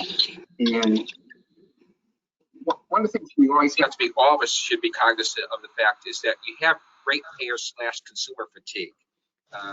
in terms of, we're always coming up with programs, and rather be with your electric bill or your water bill, you need to educate the consumer. So first, when you have something like the regulatory adjustment mechanism, you have to work with your legislature to say, this is why we're going to do this. And it has kept companies out for like a decade, because they've had, between the WICA, the Water Infrastructure Conservation Adjustment Charge, and the regulatory adjustment mechanism, it does not mean that the company has to come in on a regular basis for rate increases. They have the revenue needed to fulfill their goals as a company. So I think it's something that the regionals and the publicly owned water companies ought to be taking a look at. I think it's very effective. I think the companies have been very satisfied with it, and it has checks and balances. It's easy to explain to the consumer why we're doing it, and the companies, when they come in, and they come in for true ups, whether it be with the WICA or with the RAM, with the public utility, we have in black and white where they've been spending the money. Sometimes the rates might go up or down depending upon what they've done with both the WICA and both the regulatory adjustment mechanism. So it's a really good program. It's an effective program, and I think it's frankly a consumer friendly program that you can explain. I don't know. We're getting a lot of feedback here, Marianne. We're getting a lot of feedback from somewhere. Marianne, we can't hear you. Sorry, I think maybe somebody might have two forms of audio on at the same time, so maybe that might be part of the problem. Senator Formica, my question for you is, the legislation that dealt with this was for private water companies who have a regulator.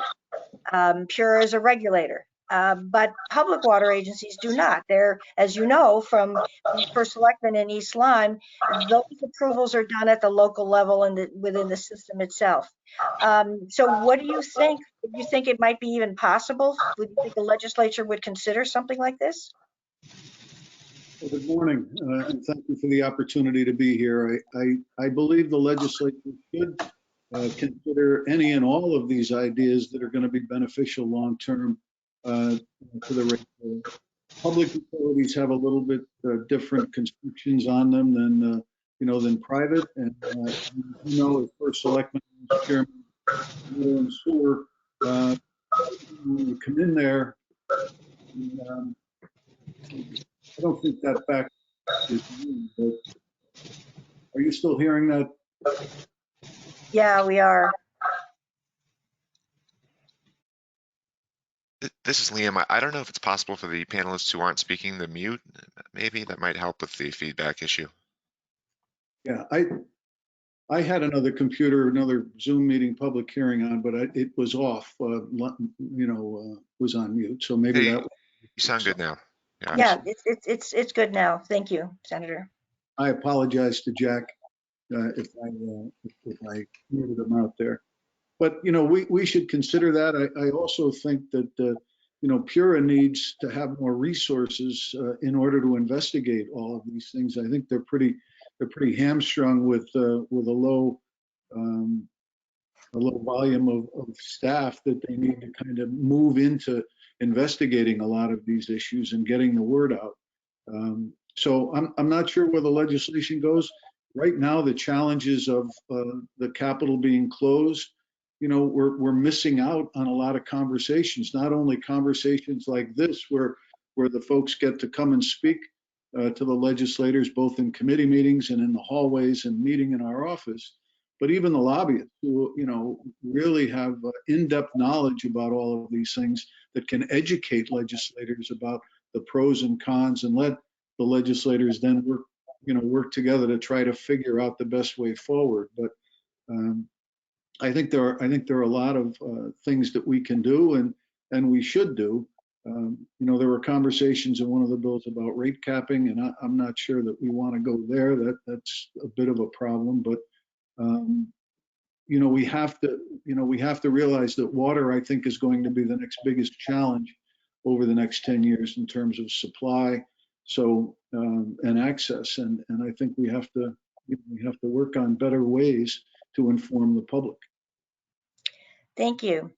So David, you have been on all sides of this issue. You've been a consumer counsel for the state. You've been a consumer counsel representing individual companies. You've been, a general manager and CEO of a public water authority. What's your perspective on this issue of revenue attrition? And what the best way is to deal with it for the public agency side? Well, thanks. Can you hear me? Yes, yes. Good.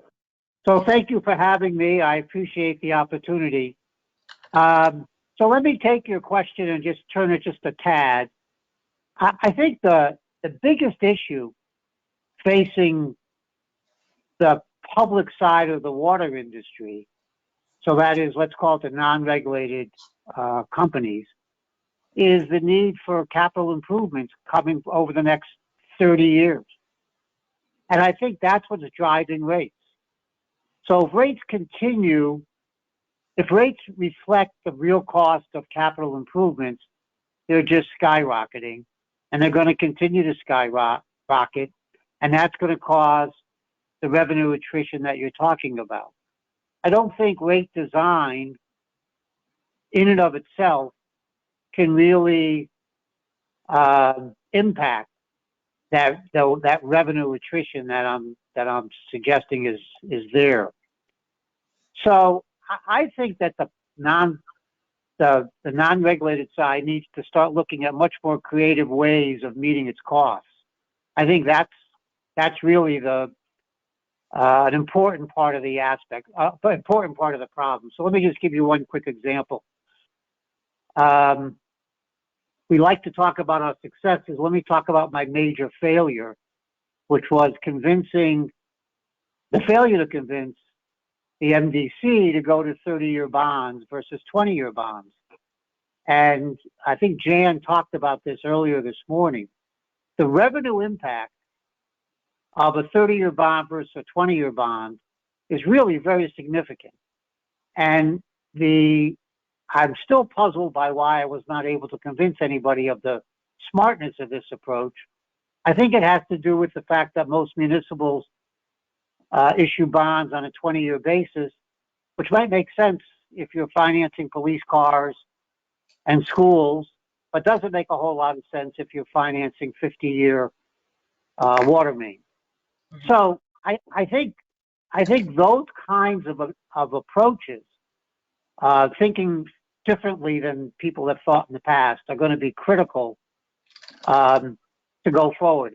Otherwise, we're going to continue to see revenue attrition as a result of not only the efficiencies that we all talked about over the last couple of days, but just the mere fact that people are using less water.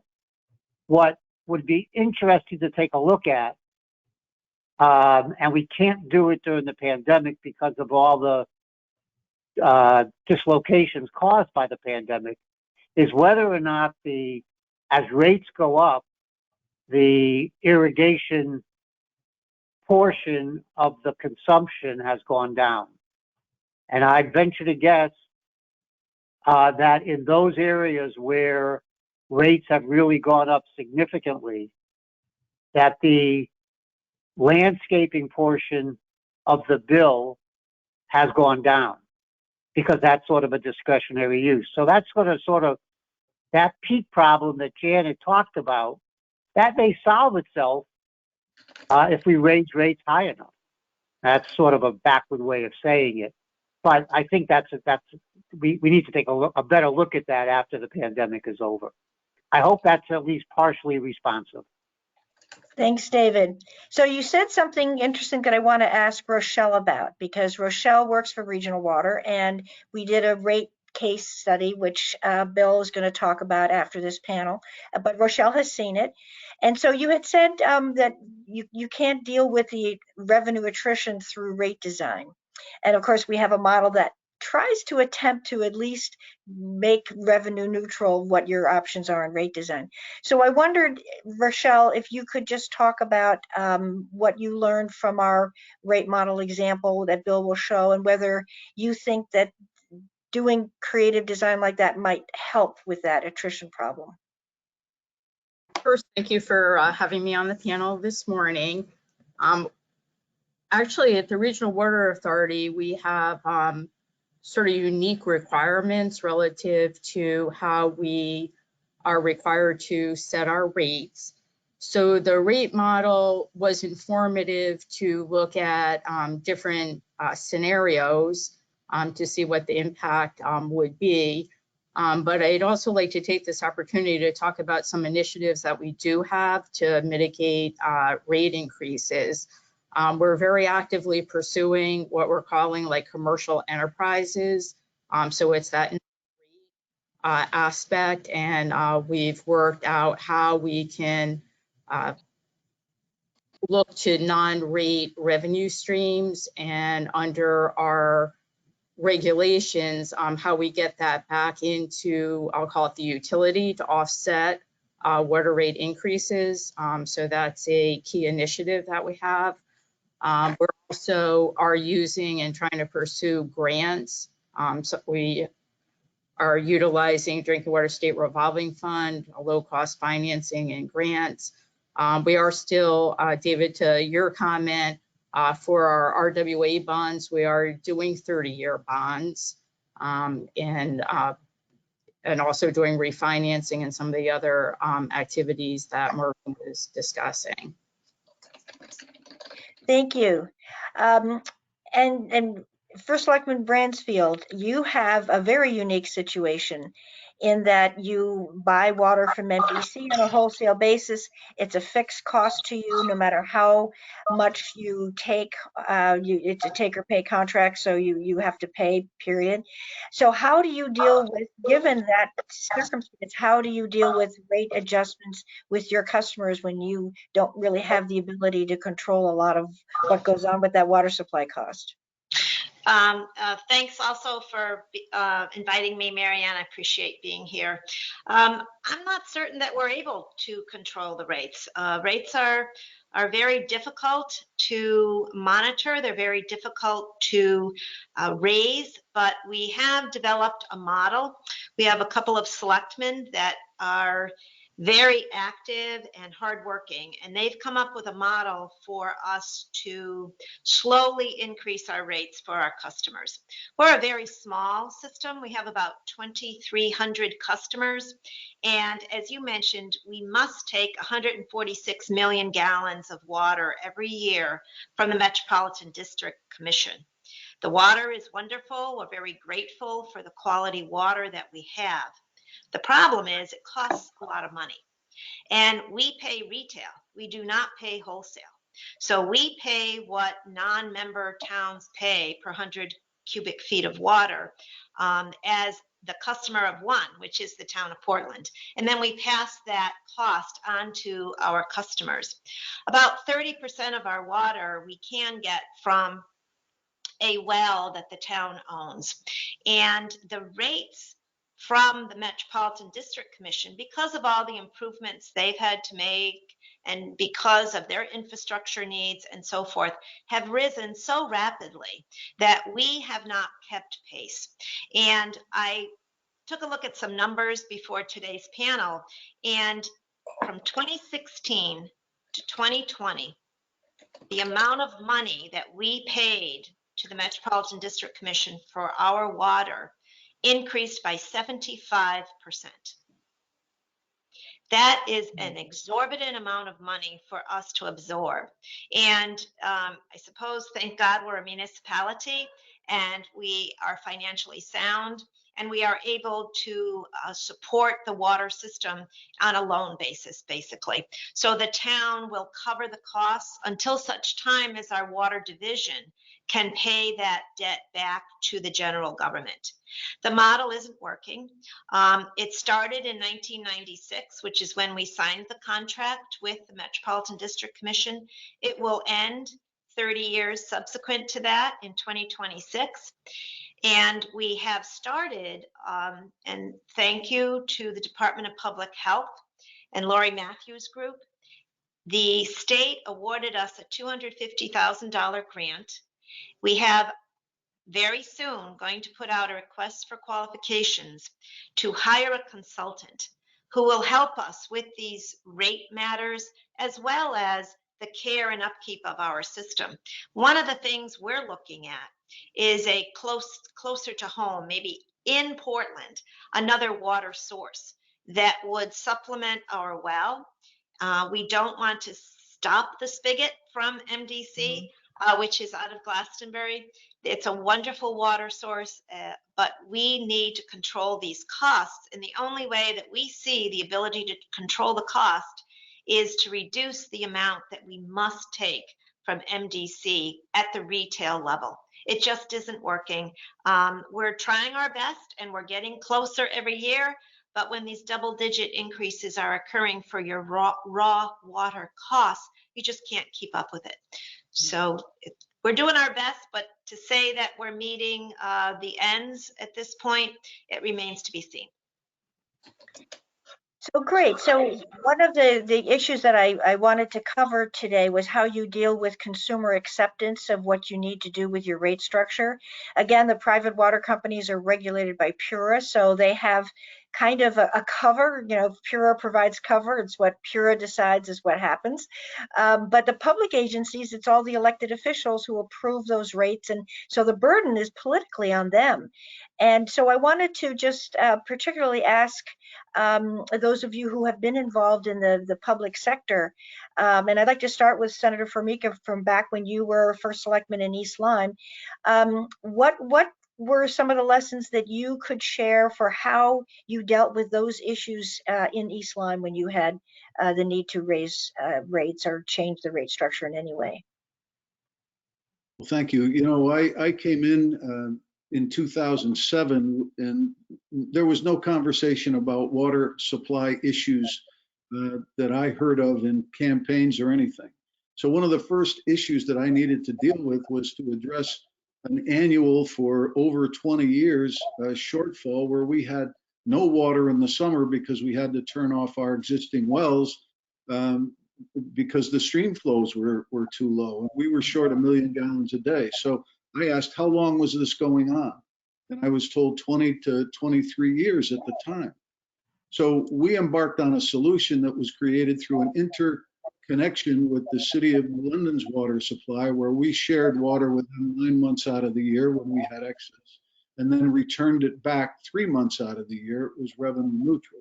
So we not only had to deal with water rates, we had to deal with capital bonding in order to get this through, and of course working with DPH. And so the first thing that I did was to create a regional awareness, and I got together leaders of all the water companies around the southeastern Connecticut and beyond, and we had forums and we talked about it.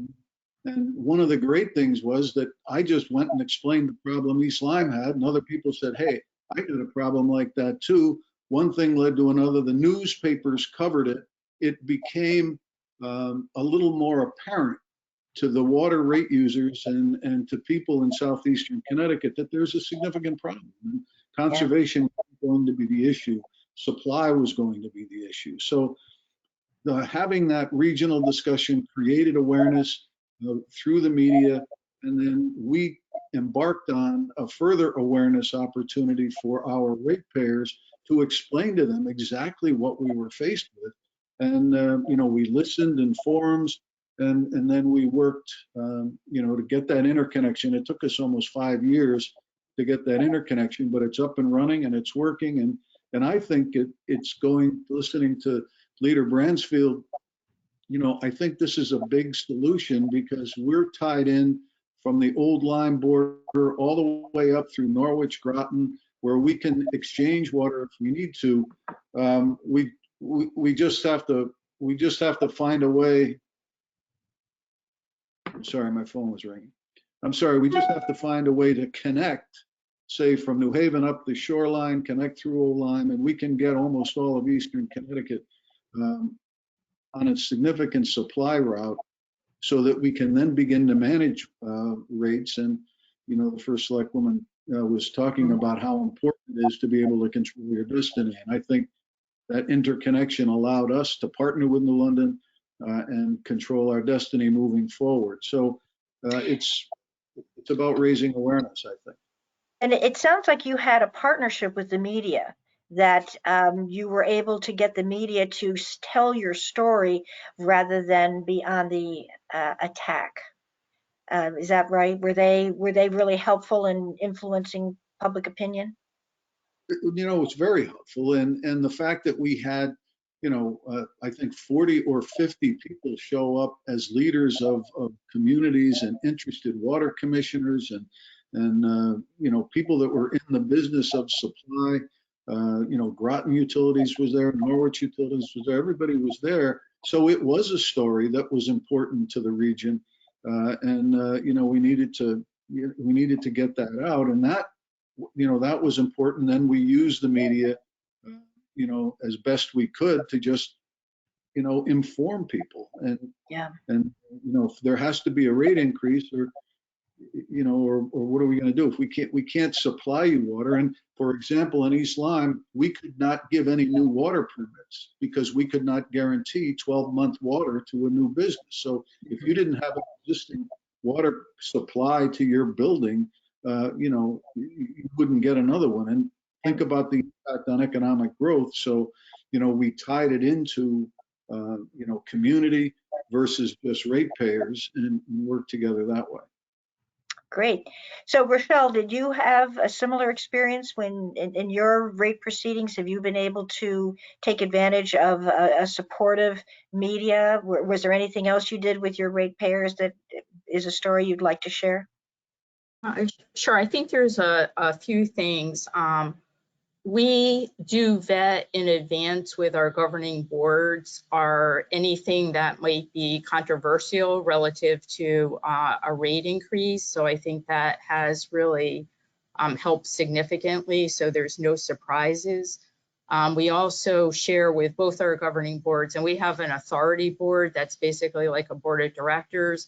And then we have the representative policy board and there are economic regulators that represent all the municipalities where we have customers or we have land, as well as a representative from the government, from the governor's office. And we also have an office of consumer affairs.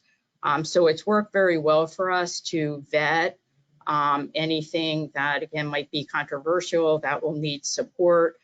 We also do a 10-year model that we show with both governing boards, and we do multiple sensitivities to this 10-year model.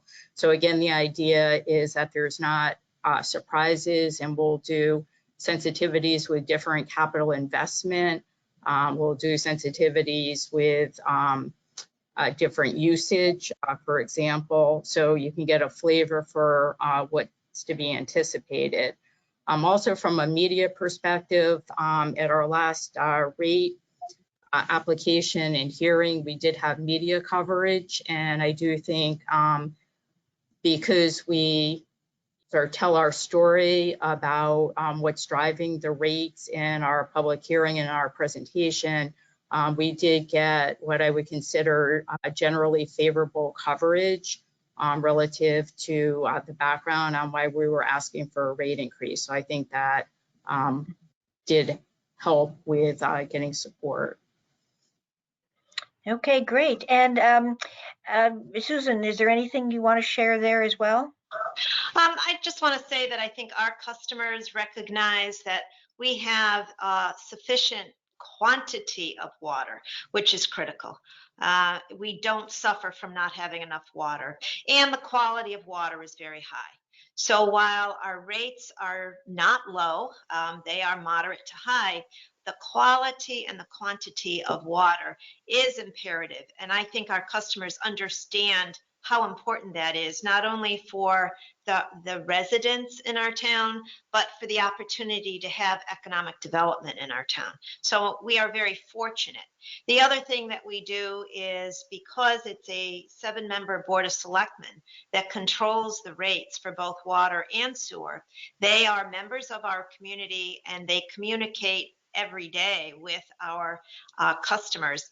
The other thing is we came up with a graduated increase so that it wasn't all at once for the rate increase. We had an increase in July of 2020, and we'll have the next one in April of 2021. And in the meantime, I think, as Senator Formica said a few minutes ago, we're attempting to control the destiny of our water utility. And by having a consultant that will have public forums and that will be able to communicate to our users our goal, which is to control these costs and at the same time retain the quality and the quantity of water, there's a comfort factor from our customers that we are involving them and that they are aware of the facts of the matter. So those are things that are always important with consumers, is that you be upfront, ahead, and honest with them. Thank you. So that leads me back to you, David, because you spent much of your career being a consumer counsel and a consumer advocate. And so I wondered if you could share lessons that you've learned over the decades of your experience about what consumers will accept. I'll just use that word. Any advice? Sure. So I think that First Selectman Bransfield really put her finger on it when she talked about transparency and honesty. I mean, that's like 90% of the battle. I think too often utilities in both the private and public sector try to put the best face on without and giving the impression of less than complete transparency. We've seen this in the electric industry, the gas industry, the telephone industry, and the water industry. So it's not something special about water, but it's that the perception by consumers that they're not getting the whole story. And I think that's critical. So number one would be transparency. If you think you're not, if you're concerned about being transparent, then you're probably not being. So that's number one. Number two, I think communication in all the ways that you indicated earlier. Bill inserts, social media, all of those things are absolutely critical. I can't tell you how many consumers say to me, I listened to the conservation, I reduced my water consumption, and my bill went up. Why is that?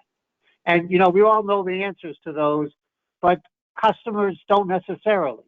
So if, for example, a system decides to undertake a vigorous conservation ethic or an efficiency ethic, which could impact volumes, they need to say, this is what's going to happen if you don't conserve. The only way to keep your bill constant is you need to reduce your consumption because the unit costs are going to go up.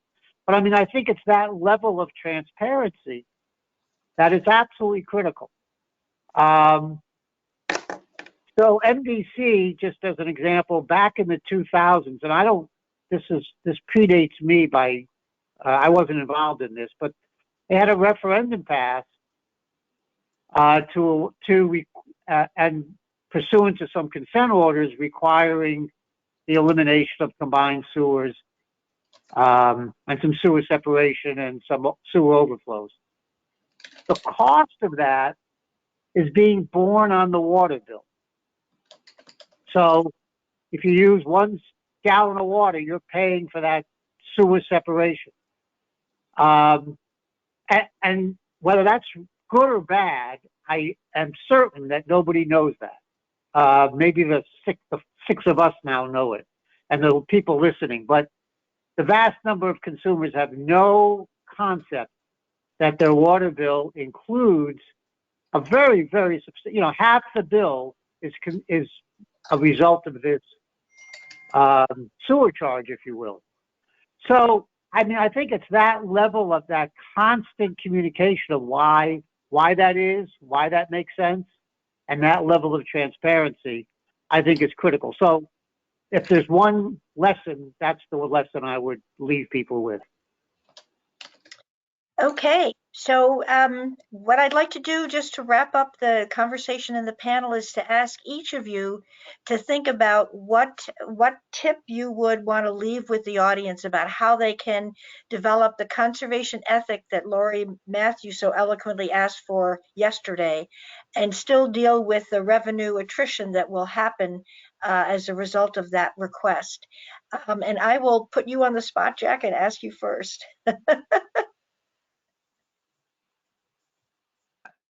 I think that David gave a great segue into that. I think it's all about education. I mean, the fact of the matter is we spend over $250 million a year in energy conservation in the state of Connecticut. And I think if you did a poll, I don't think people would realize that they're spending that kind of money on energy conservation. So this is doable. I think it's absolutely doable. And I think that we have the Water Planning Council, which consists, as you know, of 4 agencies, perhaps can be the vehicle to get the message out there. But we have to be open and honest with the consumer. And if we can explain it in a methodical, educational way, I think we can make this happen. I think we can make water conservation happen. And companies have been doing it. As Maureen Westbrook said earlier, they on their own, Connect Water on their own, did some incentives to get people to conserve water. But we have to get moving. I mean, the fact of the matter is that for years we've been talking about local ordinances when it comes to drought management, and we can't get. I think there's one. I think maybe Southbury had one or almost had one. I mean, it's ridiculous. So I think it's all about education. We at the Public Utility Regulatory Authority, under Chairman Gillette and Commissioner Karen, we now have a really education and outreach unit that is there specifically to educate the consumers about the regulatory world. So I think this kind of topic would fit very nicely into that. Okay. Senator Formica, how about you? Some last words on this topic. Thank you very much. I couldn't agree with with Jack and David more about the opportunity for raising awareness within the ratepayer community and within the broader community. People who are, we have a lot of people on their own wells here in East Lyme. And then I think to the point I made earlier about, I think you have to broaden the conversation beyond your specific scope. I think people need to understand how it affects this town or where your utility serves, but I think it needs to include a regional aspect so that everybody understands, that a lot of people are in the same boat, or how can we solve problems by working together. I think we need to continue on efficiency programs within our operations, which includes, upgrading meters as a first step to the extent that we can. And then I think most importantly is to think long-term. Short solutions often don't provide the long-term solutions that we need. And so we need to think we may have to be a little bit, accept a little bit of pain now because it's going to pay dividends in 3, 5, or 10 years. And then, one of the things that we had success that played to the media as well as to the ratepayers is, we had the brownest lawn contest. And, we gave, when people drive around and check who had the brownest lawn, and we gave out gift certificates and, and whatever else. So creativity, have a few laughs, and realize that water is the most important thing that we're going to have going for us. And it's going to be the toughest, to deal with. And so thank you for the opportunity to be on today. Thank you, Senator. So he mentioned regional approaches. So Rochelle, that leads me to Regional Water Authority for sure. Thank you. And I will say that, in addition to the broad service area that we have, we do also, have arrangements like interconnections with some of the neighboring towns. So there could be a follow-up given some of the conversation that we've had here today. I totally agree that operating with transparency is key with both, the governing boards, the regulators, and all the consumers. I think another sort of aspect to keep in mind that was discussed at various points throughout the program is as conservation continues, how it would impact capital planning and the infrastructure and how we go about, making decisions regarding replacement of infrastructure and such to the changing demand level. So I think that's a very important concept. Thank you. Susan?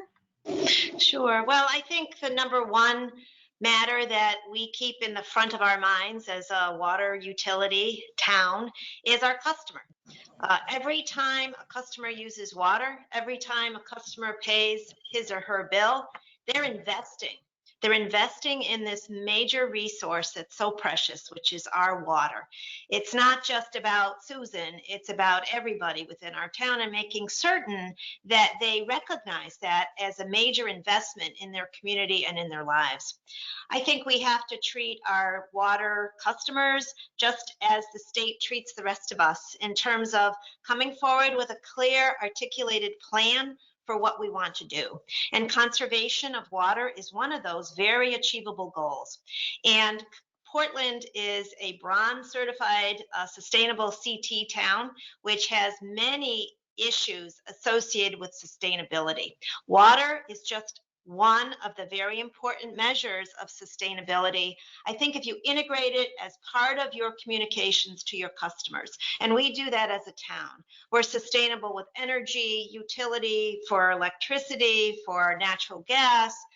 We try to be sustainable at our resource recovery center, and we try to be sustainable with conservation of water. I think if we present that as a plan consistently to our customers and residents, they recognize the importance, and they're going to look to us to report back to them what are the measures by which we are achieving, and are we achieving our measures, and let them know when we've reached a goal and when we're working toward the next one.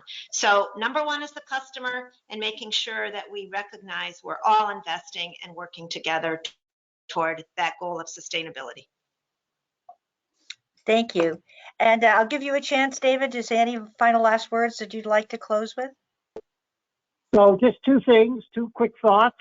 Recognize we're running on time here.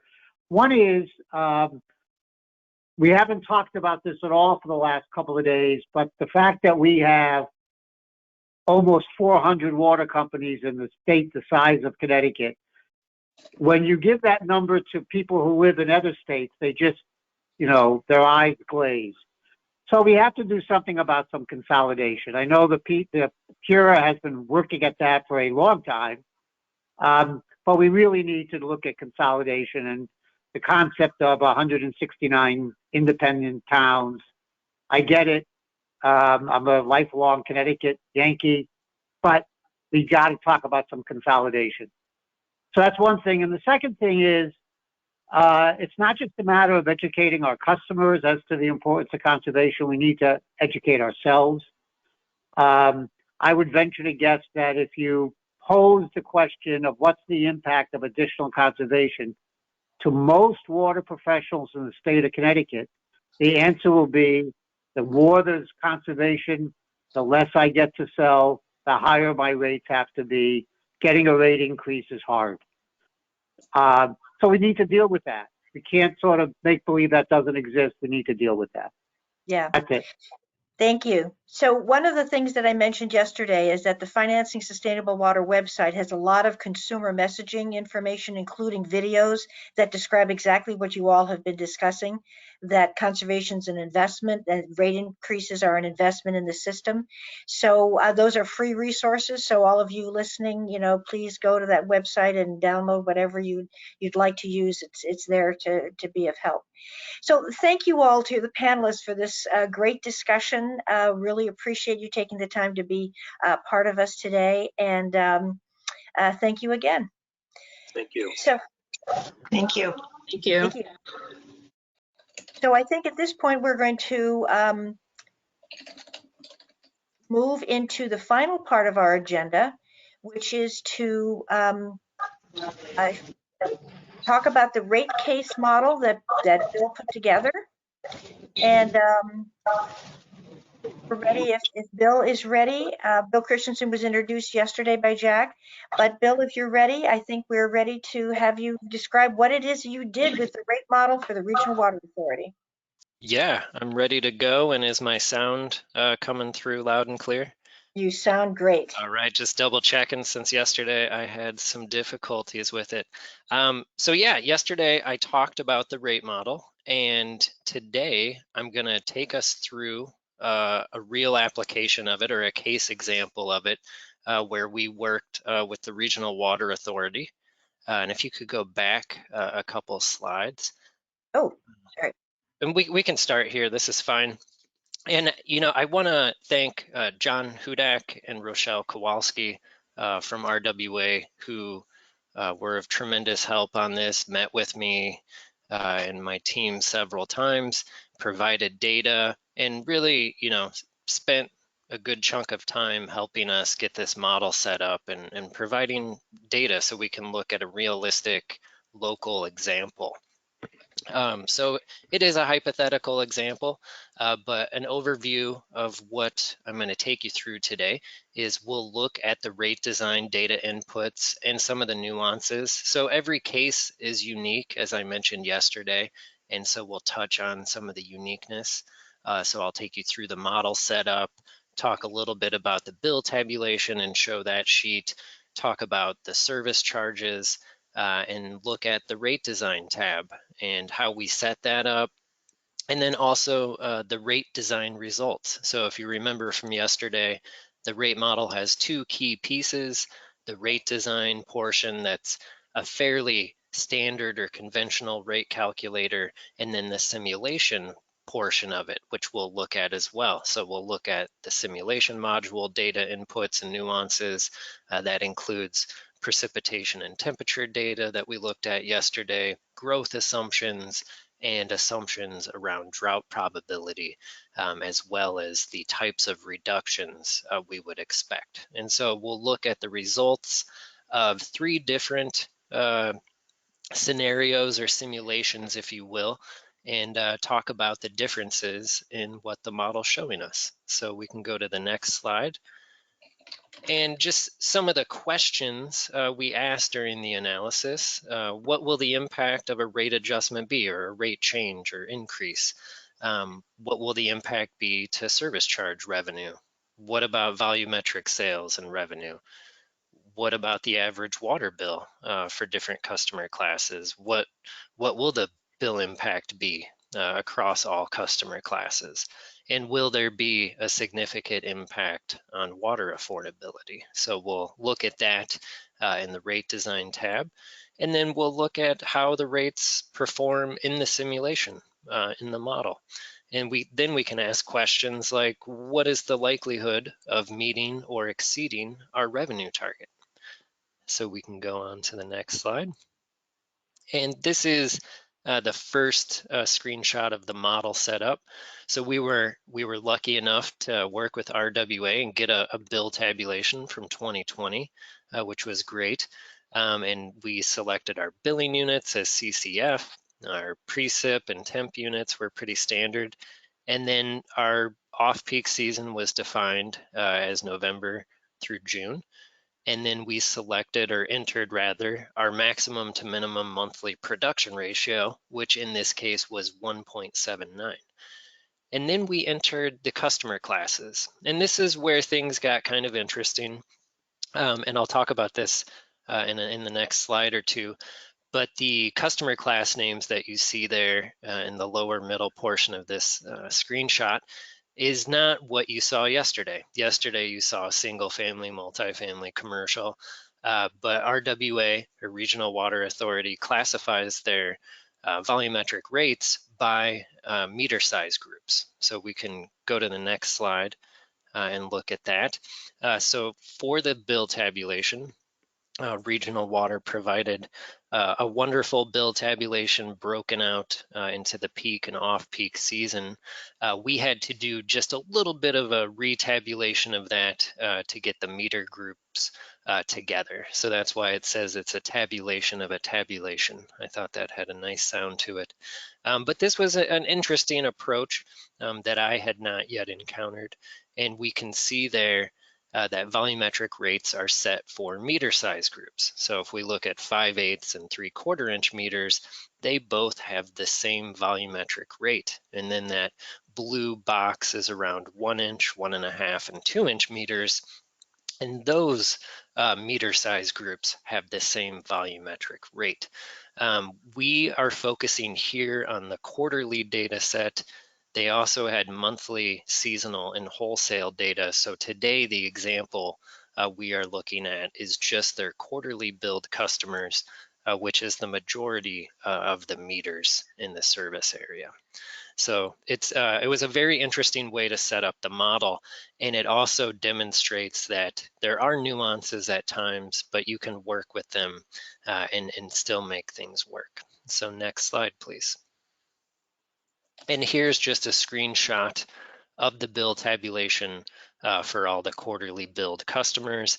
If we focus on the far left customer class, the small meters, the 5/8 and 3/4 inch meters, they're a group that gets billed the same volumetric rate.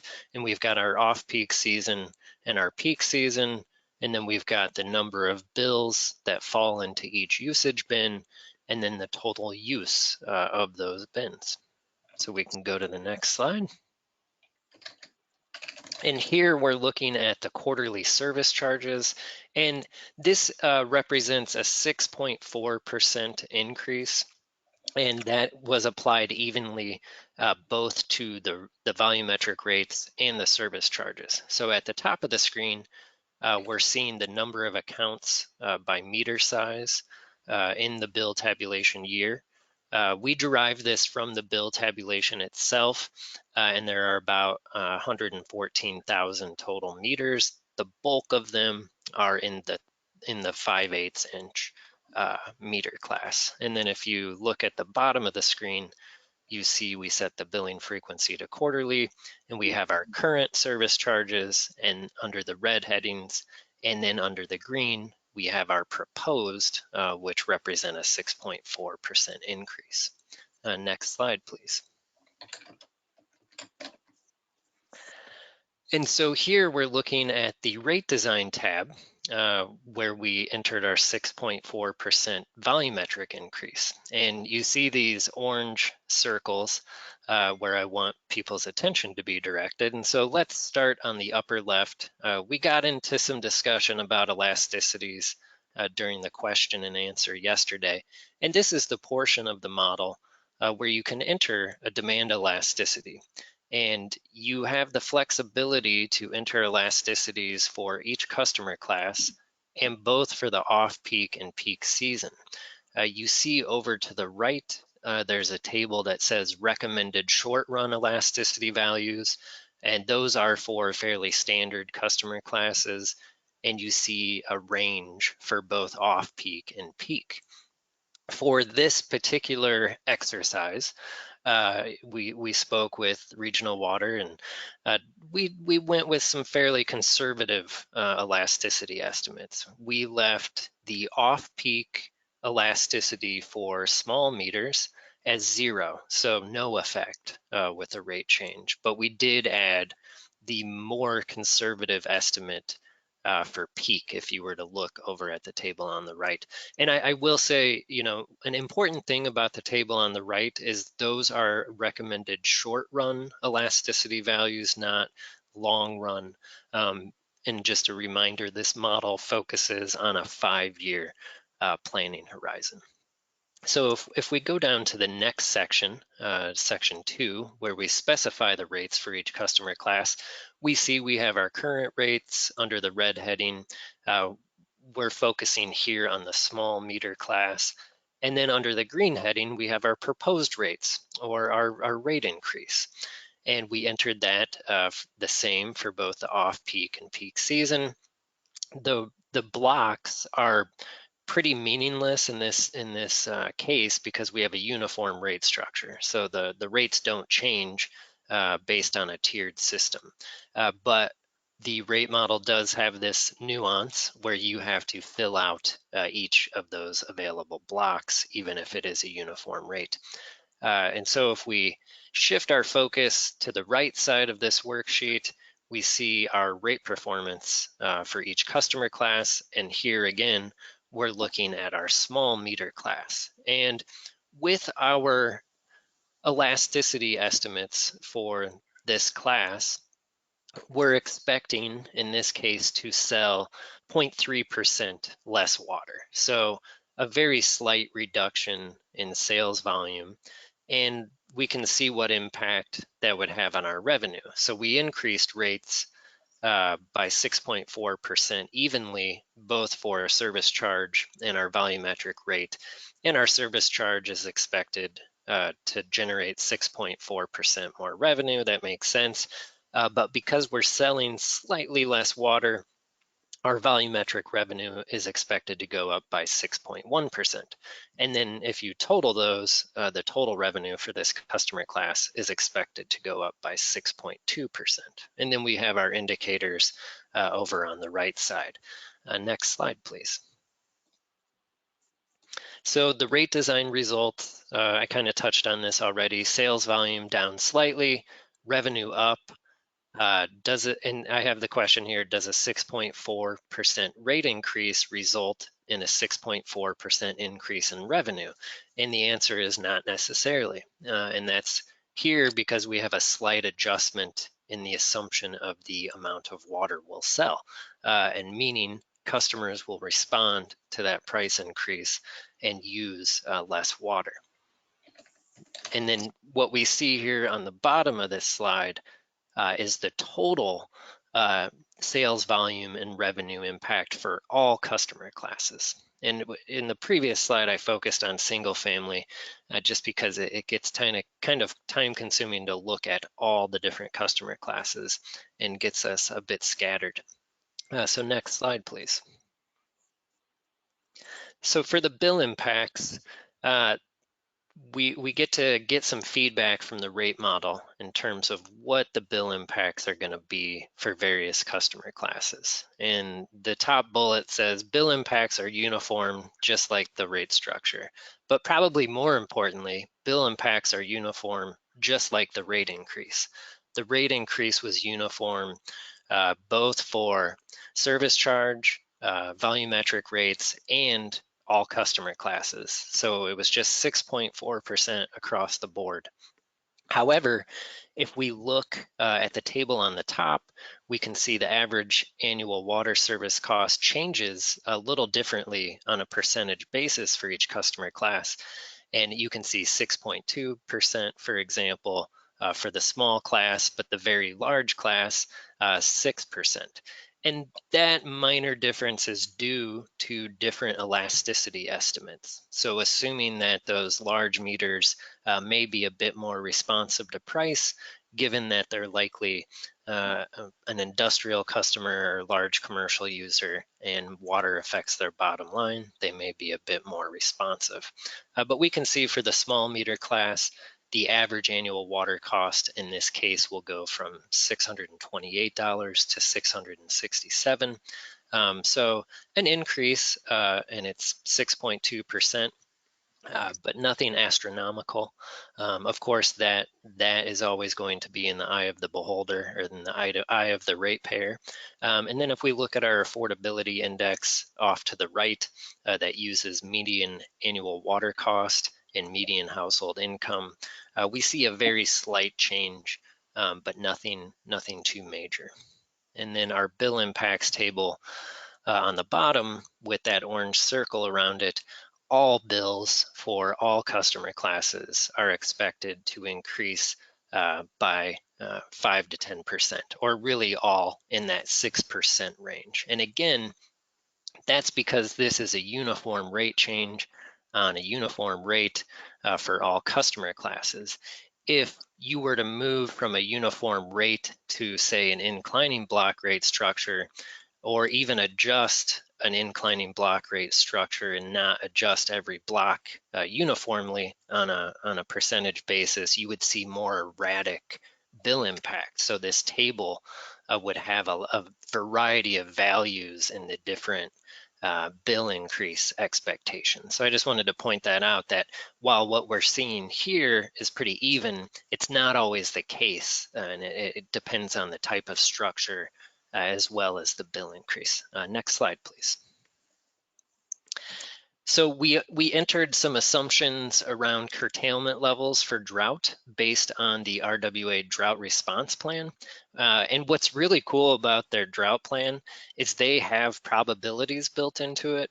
So they have 4 stages: drought advisory through drought emergency, and we can see the given water use reduction expectations and also a recurrence. So we have a 1 in 10 year recurrence for drought advisory, 30-year occurrence for drought watch, and all the way down to drought emergency, a 1 in 100-year occurrence. So we can convert that into percentages for the revenue simulation module, which is really cool.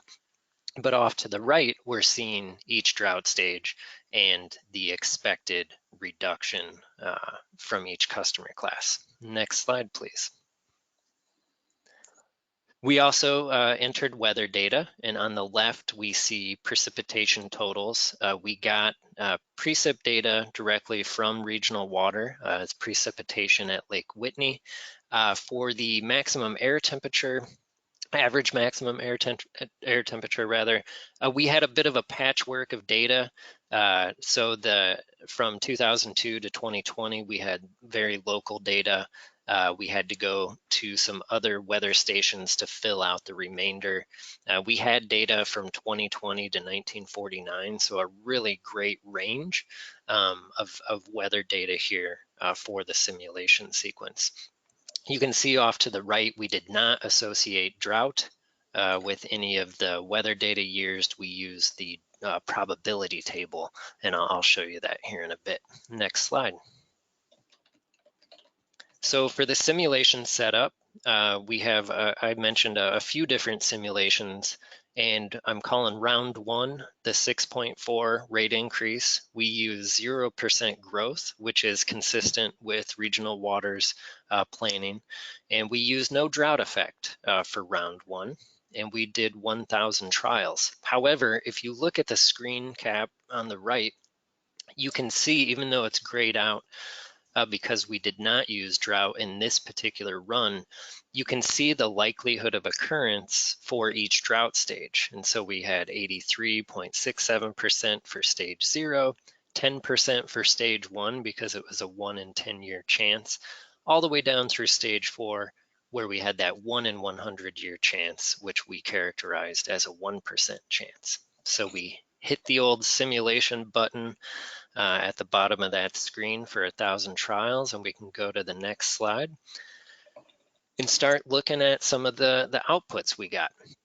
So round 1, year 1, we are looking at this, before I talk too much about the results, through the lens of what was expected from the rate design tab. So we are going to be using the target of $98,327,000, and all the figures I'm talking about here today are in $1,000. So you might hear me say 90 million, and you're like, Bill, that's 98,000 clearly. So all these values that are put out by the model are in thousands of dollars. So our target is going to be that 98,327. And we're just using that as a hypothetical target based on what the standard rate design piece projected or predicted. And when we simulate this, we get an average revenue of 96,000, almost 97, and a minimum of 93. We have a maximum of 100,000. So if we were just to look at that, we might think, okay, average 96, minimum 93, maximum 100. That doesn't tell us how those outcomes are distributed between that minimum and maximum. And when we see the revenue target meet exceed likelihood of 11%, it tells me, well, a lot of those outcomes are to the left-hand side of what we expected, up on the 98,327. So it gives us a lot of insight that even though we have that maximum, that most of our outcomes did not meet or exceed what we expected. Next slide, please. So here are the simulation results in the frequency distribution that we get. So this is round one, year one, with our 6.4% increase. And we were expecting that value that you see below the blue arrow. And you can see here that we didn't really hit it. We met it or exceeded it 11% of the time in this simulation. And so when looking at these frequency distributions, they can be a little tricky. So right where our blue arrow is, the value is 98,536, just a little bit more than what we expected. And that's a very tall frequency bar. But those values represent everything greater than the previous value of 97,895. So it's saying that many outcomes, which is somewhere around 160, 175, that are above the 98,536, that equals that number or less down to that 97,895. So you're really looking to the value that's portrayed in the value to the left, and it says that many outcomes are between those two values. And so the chart, if you don't look at it that way, can look a bit overly optimistic. So this is a really interesting output, and it just gives us an idea of how we're doing or how the rates are doing in this simulation. Next slide, please. So what would happen if the rate increase was 7.4% instead of 6.4%? What will happen to our outcomes? So let's take a look. For round two, or a 7.4% increase, we have the same expectation. We're going to hold that constant at 98,327. And our average revenue, if we were to average the outcomes of those 1,000 trials, went up slightly. It went up to 97,704 from 96,766.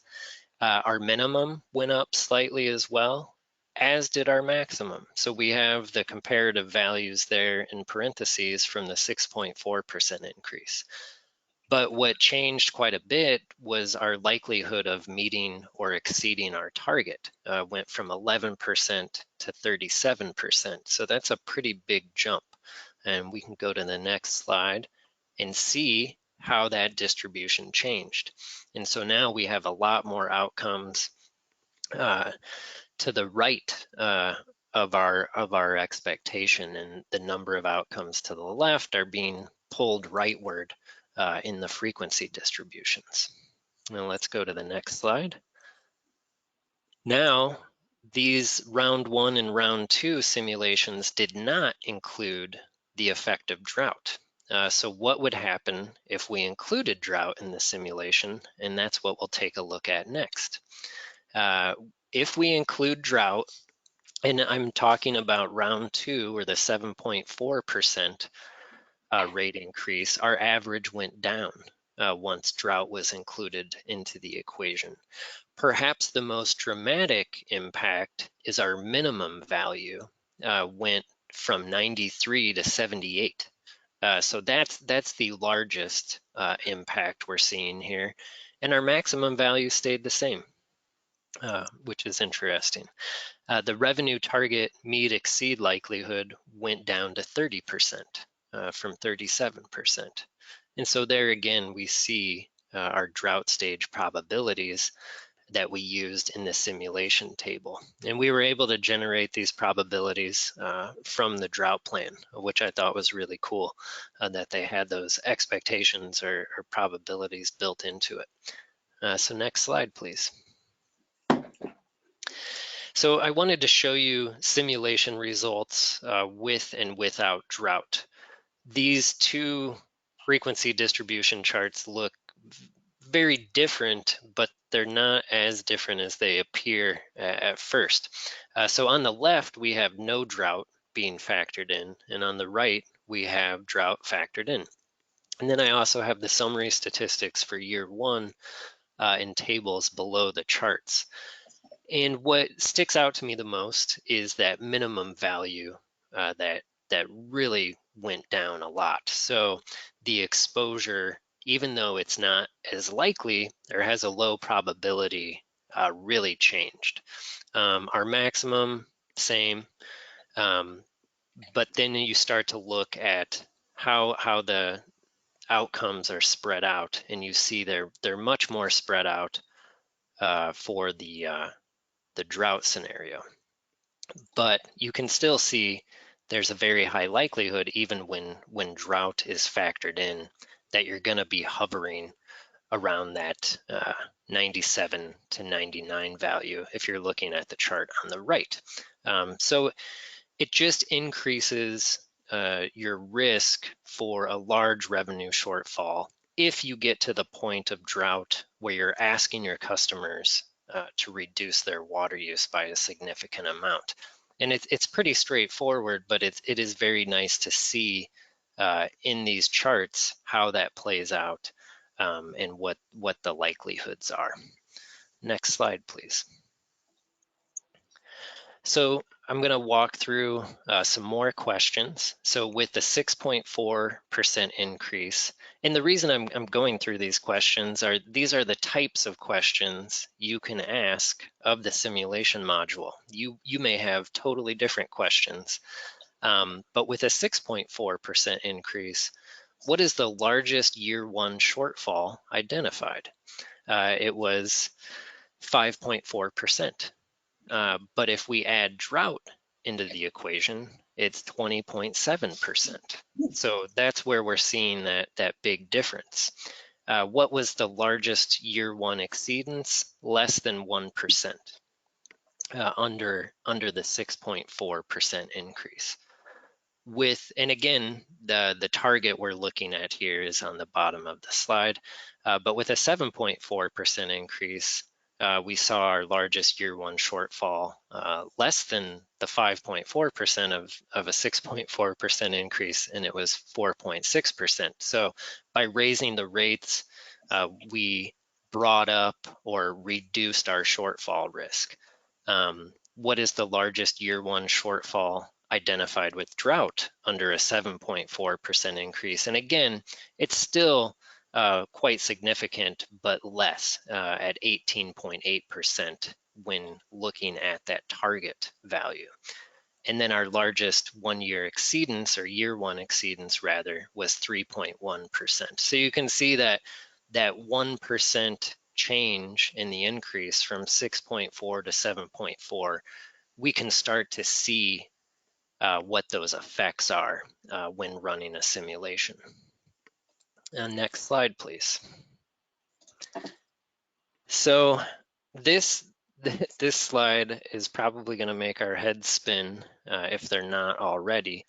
And we're going to look at the 6.4% and 7.4% simulation and look at different revenue likelihoods. And this, to me, is great, a great feature of what you get out of the simulations.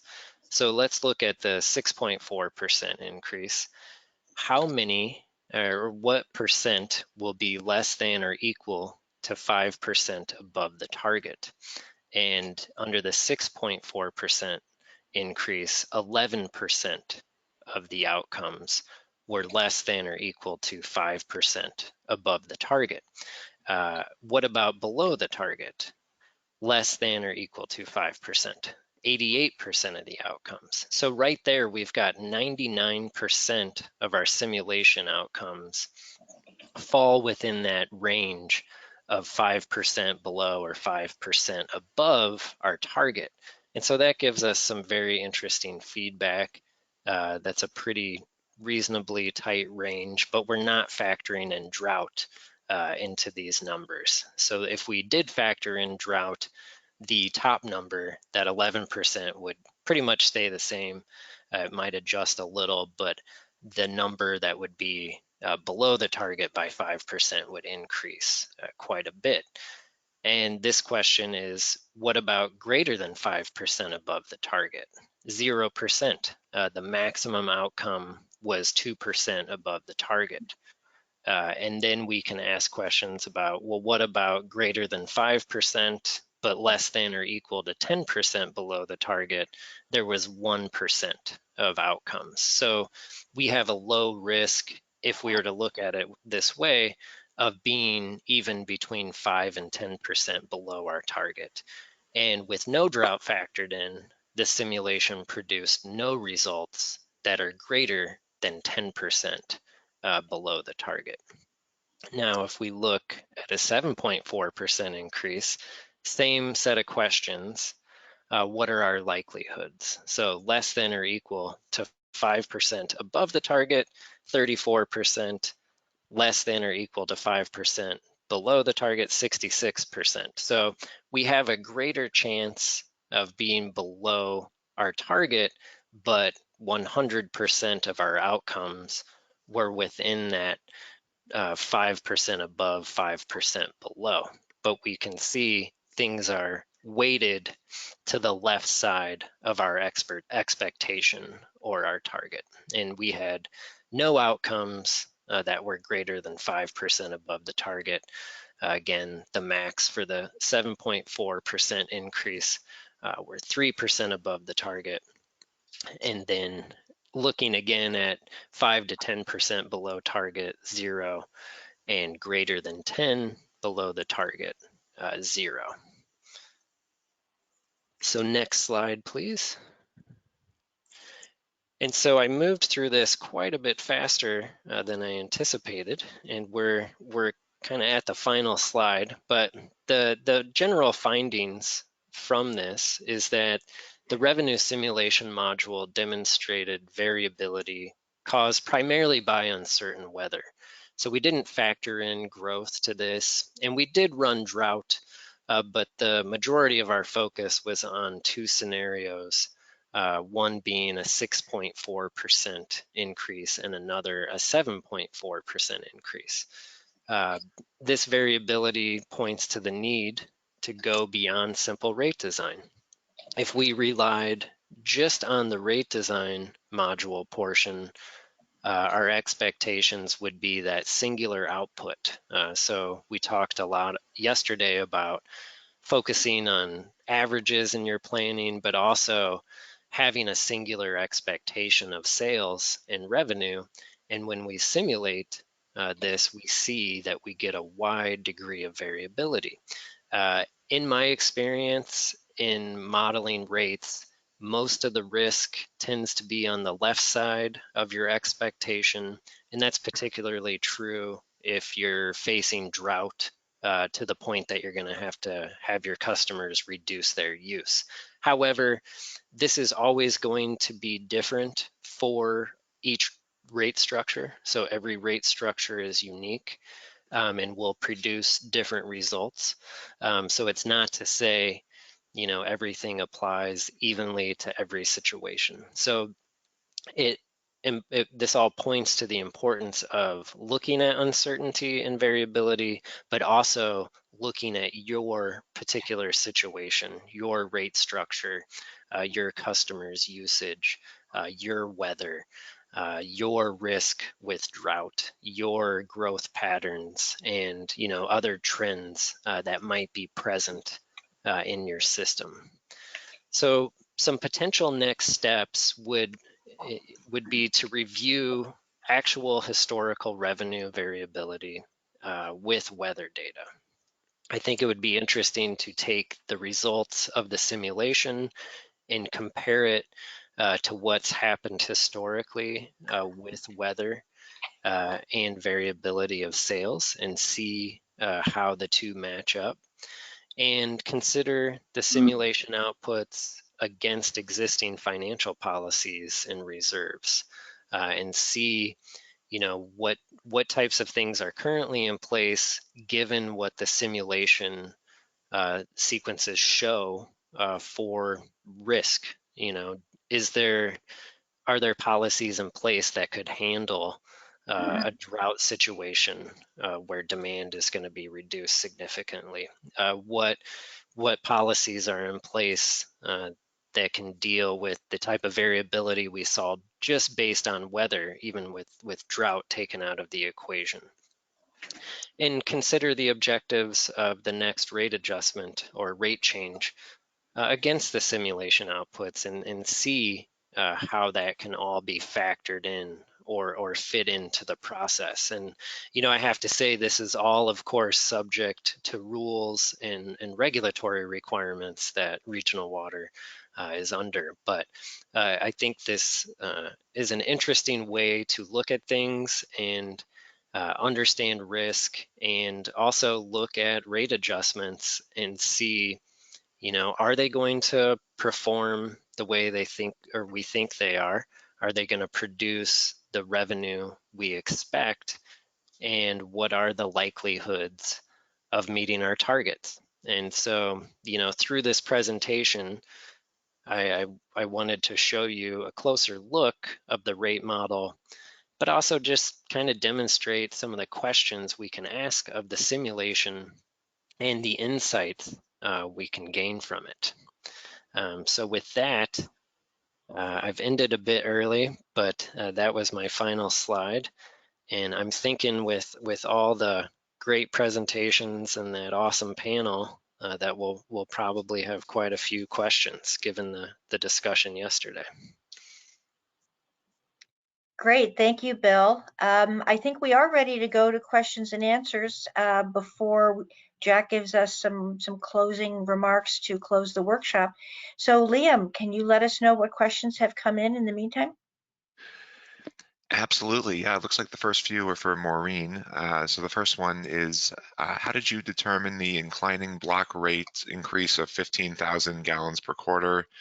Was it targeting a certain percentage of customers that exceeded the average of 11,340 gallons per quarter? I think you might be muted, Maureen. Am I unmuted now? Am I good now? Yep.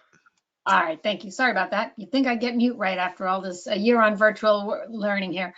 But yeah, you know, it was something that was done through our consultant that developed the rate design there. And because it's something new, we wanted to do something relatively modest and incremental to be able to measure the success of it.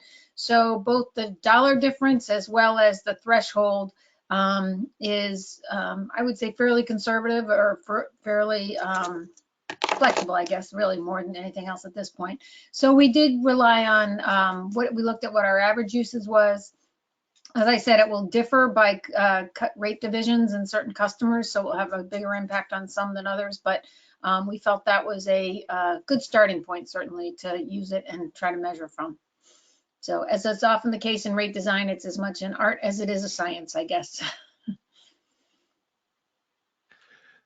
All right, thank you. Another one for you, Maureen. How do you detect failure to comply with your 2-day irrigation restriction policy? You know, that's something obviously we're going to have to monitor, but I think it would just literally be that, you know, our people would be out and observe it, or others would report it and we would go follow up on it. My understanding from others who have had water use restrictions, whether it's municipal or otherwise, that often it is the neighbors who are the first to tell you that the people next door are not complying. And so we will rely on that as one of the tools, as well as our own people to observe it and report it. And I think, like anything else, we'll focus on those areas where we see greater risks and to the operations and or to the water resources by virtue of people failing to comply. All right, sticking with you, Maureen.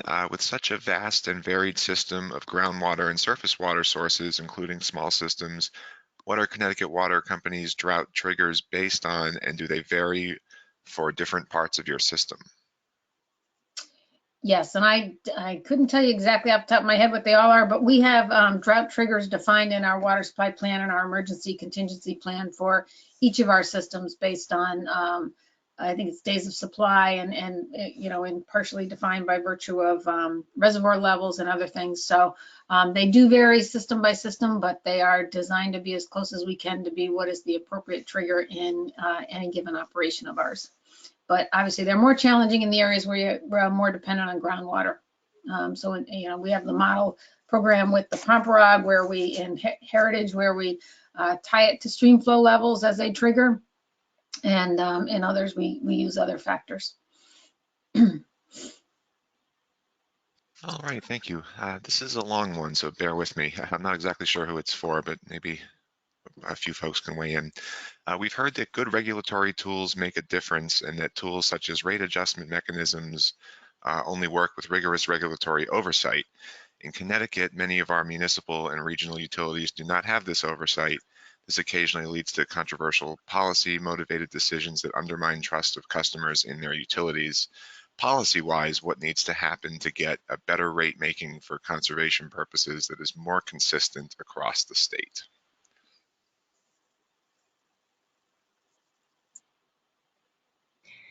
Well, this is one that, I'll yeah, Jack, please go ahead. Yeah. take that.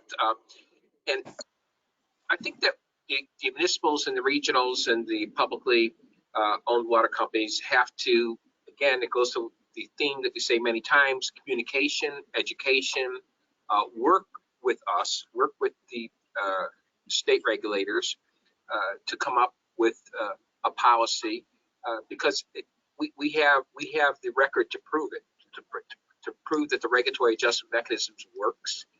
It's good for the consumer.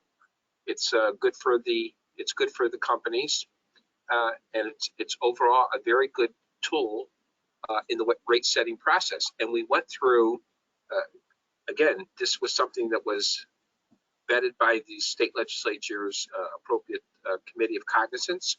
It went before that, passed that, Consumer Council, and it was approved by the House and the Senate. So it's a tool, and I think it's something that we need to promote more. And again, we have, as I said earlier, the Water Planning Council is a good vehicle to do that, but certainly we as state regulators would be willing to work with the public and regional water authorities as well. I see Dave Stiller's song, Jan Beecher popped up there. Yeah, this is Dave Silverstone. If I could just, I understand the question and I understand the objective. I'm just very concerned that the governing, the infrastructure, to use a word, is much less robust in the non-regulated world. So when it's a pure regulated utility, you have the utility company making the adjustments, oversight by the commissioners with a full-time staff.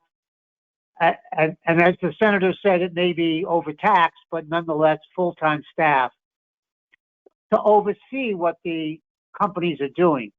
In the public sector, you generally have a board of commissioners or board of selectmen or town council who are not full-time by any stretch, are usually volunteers. The staff is really the management, so they'd be overseeing themselves. I think there'd be a real credibility problem with automatic adjustments without building some sort of infrastructure for oversight. I'm not being critical of the the volunteer commissioners and stuff, but they just don't have that day-to-day hands-on, and they can't dispatch, somebody from accounting to check the numbers. So I think there's a bit of a problem in trying to transfer that model into the public sector and get enough public buy-in to do that. I'll weigh in a little bit. Some states extend regulation to non-private systems. Wisconsin regulates everybody. Maine pretty much regulates, I think, everybody but Portland. I'm not necessarily recommending that, and I have another paper on the whole range of jurisdictional options that you might have. But I think absent that, I agree with everything David said. I do think transparency would make a difference. The Europeans sometimes use the term local regulation, and I've been corrected more than once when I say regulated and not regulated, because a lot of local folks would say, hey, wait a minute, we are regulated at the local level. And going way back to something, Lori brought up another thing near and dear to me, which is technical, managerial, and financial capacity development, which is statutory. There's certainly, and and as the commissioner just said, you can replicate some of these tools. You can bring those out to the community. And again, if it's highly, but I would agree with David. They can't be overly complex, and they should be highly transparent. And that may be beneficial. But it also goes back to another thing David said, which is those capacities would be improved if you had regional systems where you can, not just consolidation, but to capture scale, regional. But we also know that can be politically complicated as well.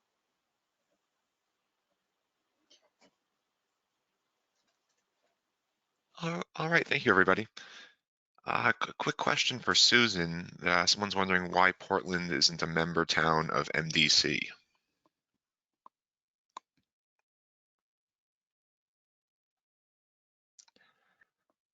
Susan, I don't know if Susan is still with us. Susan, if you're still with us, you might be muted.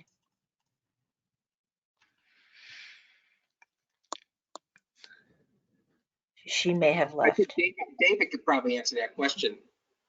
Yeah, so let me stand in for Susan on that one. When the MDC was formed, it was formed by charter. It identified certain municipalities. To include Portland would require a charter change. That's sort of number one. So there's sort of a political lift. The second problem is more serious, I think, and that is, as I said earlier, in the member towns, the water bills include half of the water bill consists of paying for this sewer separation project and sewer overflow project. So if you put to Portland residents, do you want to join the MDC, right? If that were put to them now, the answer would be no, because their water bills would double. So there's sort of a historical reason, and then we have the more contemporary reason. All right, thank you, David. Question for Jan. Jan alluded to the possibility of having some of the costs covered by public entities. It sounds like Portland represents the extreme condition. Can we learn from their experience? So I don't know, and I don't have enough of the backstory there. So maybe somebody else can chime in first.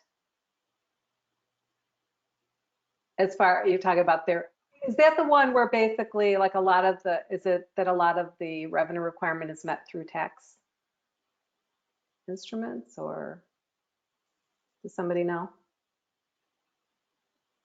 No, I think the question refers to the fact that they have a very large take-or-pay contract with MDC, and so they pay retail water rates for their purchase of water. So it's the opposite, yeah. Sounds like Texas. I think these wholesale agreements are really tricky. I have, struggled with this with Detroit, which is a very large wholesale provider with multiple, bilateral regional contracts. And this is why in some ways it tends to be easier if it's either regulated or, and that can be a trigger for regulation, by the way, under some jurisdictions, or if, or at least I think it can, and, or forming a regional utility where then you could design, the rates in a more integrated way. I think it's very hard. I mean, it's really hard to get the signals right when you have those kinds of contracts in place. And they sort of limit the flexibility. All right, thank you. A question for the panel. The RAM, it seems, allows investor-owned companies to accrue revenue shortfalls for recovery over a subsequent year. In the case of regional and municipal water companies, would this pose financial accounting dilemmas and potentially impact bond ratings and interest rates? I can chime in from our regional water authority perspective. We have certain other requirements under our general bond resolution and under our rules of practice that at least at this point, that would not be an option for us. It's really about the multiple mechanisms. So yeah, if there's a debt service coverage requirement, that might actually help you justify a reserve. And the credit markets would look kindly generally upon these mechanisms if they can be reconciled with whatever other requirements you might have. Yeah, we have, just to maybe share a little bit more detail for our rate making, which we would consider regulatory, our revenue is actually cash in the door, prescribed under our general bond resolution. But we do have various reserves that we maintain. But regional water and our general bond resolution is very unique. So this is Dave Silverstone again. So I can agree with what Rochelle just said about the bond resolution at the RWA. That's sort of a unique set of circumstances. Great history behind there, but another day for that. I think the biggest problem for most of the non-regulated utilities is a cash question. I don't, unless they somehow establish a rate stabilization fund or very significant or much greater reserves than they currently have, if they have a shortfall in a particular year of any size, it's going to be a matter of they can't pay the bills. I mean, I know in the utility world, we don't often focus on cash flow, but for those smaller non-regulated utilities, cash is not unimportant. So I think you'd have to couple that with some sort of requirement for a rate stabilization fund or significant reserve funds for that to work. Just as not even an accounting question, just a don't bounce the checks question. Sort of simple. David, if I could just say, I agree with your point so much. And I would say that not only is it about going from 20-year to 30-year bonds, we're now talking about going to from 30 to 40-year bonds. And if you look at some of the amortization schedules, I mean, this you're absolutely right. At a lower rate and a longer amortization, you could bring in cash flow, build a reserve, and it really does provide an alternative for some systems. And you can make the capital improvements that are not being made because the debt service is too large to finance the capital improvements. I mean, it's a vicious circle. Exactly.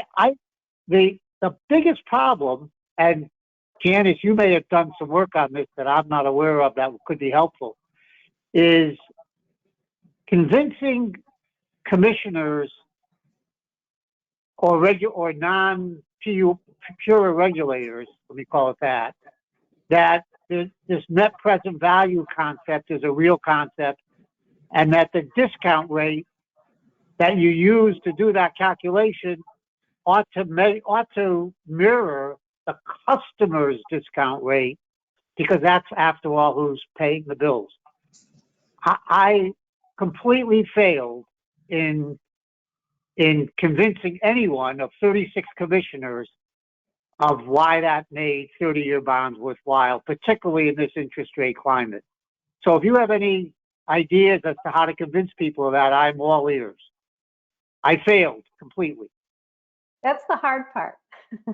I would just add, I think one of the challenges, though, like, for example, regional water, and David, you're probably aware of this, we're highly leveraged, although we've focused on significantly reducing our leverage, and we do have various reserves, including a rate stabilization fund.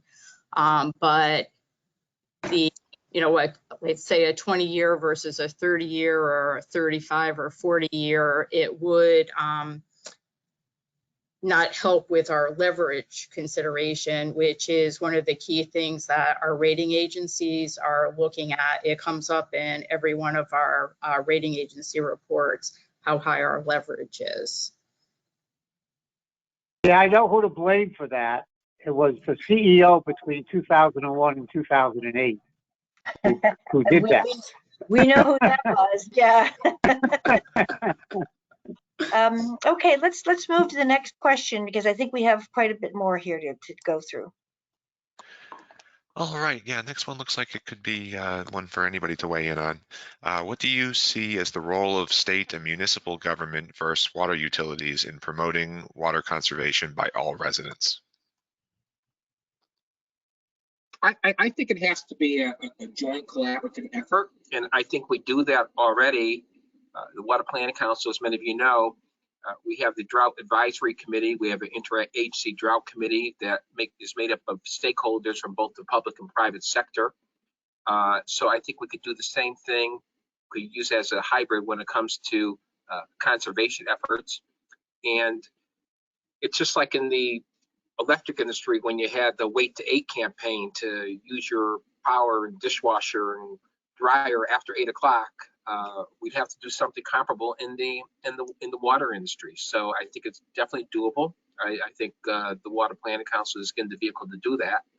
It's people don't like change. People, I loved what Senator Formica did with the award for the brown lawns, the dark lawns. I can't imagine doing that in some parts of the state. I'm not going to mention any towns, but I really thought that was a very clever idea.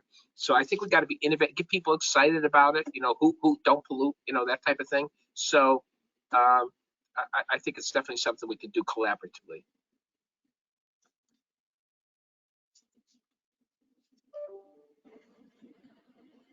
All right.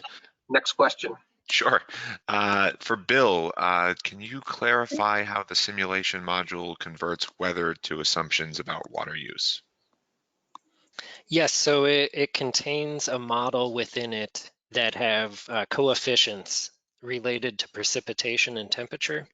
And it's described in more detail in the user guide. I can't get fully into it, but it randomly selects 5-year weather sequences and uses the temperature and precipitation data to increase or decrease the water use based on a water use coefficient for weather.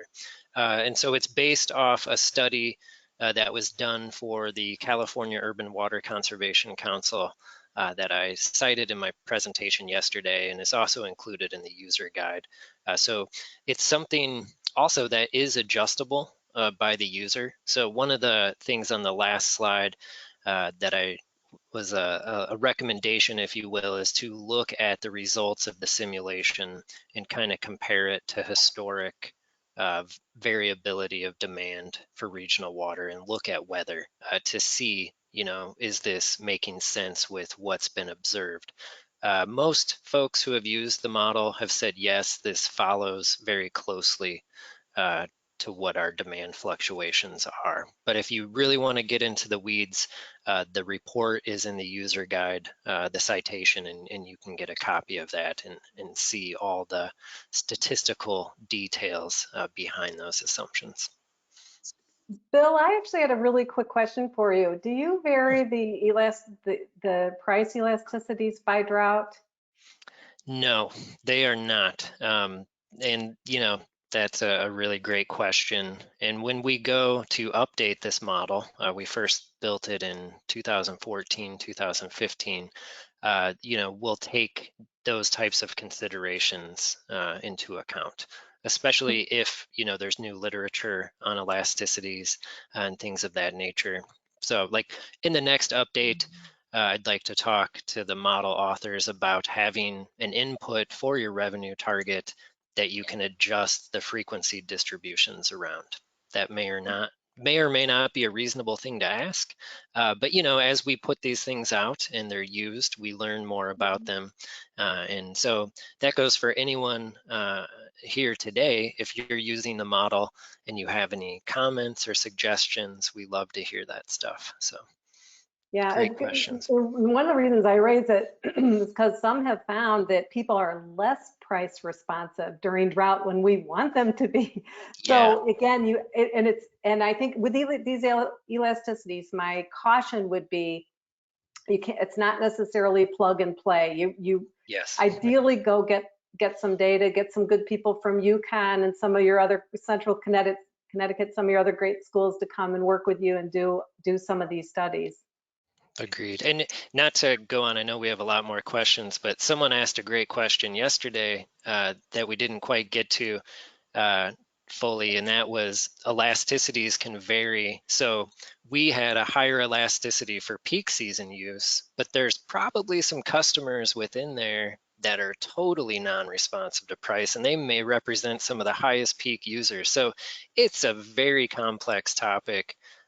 For our example, for RWA, we use conservative elasticities. We didn't want to ignore it outright, but we weren't overly aggressive with it. And you could probably run a Monte Carlo simulation just with price elasticities if you really want to get into it. So, there's kind of no bottom to this rabbit hole. But I think our model has a really great way to approach it and get really great feedback on variability. But it's fun stuff.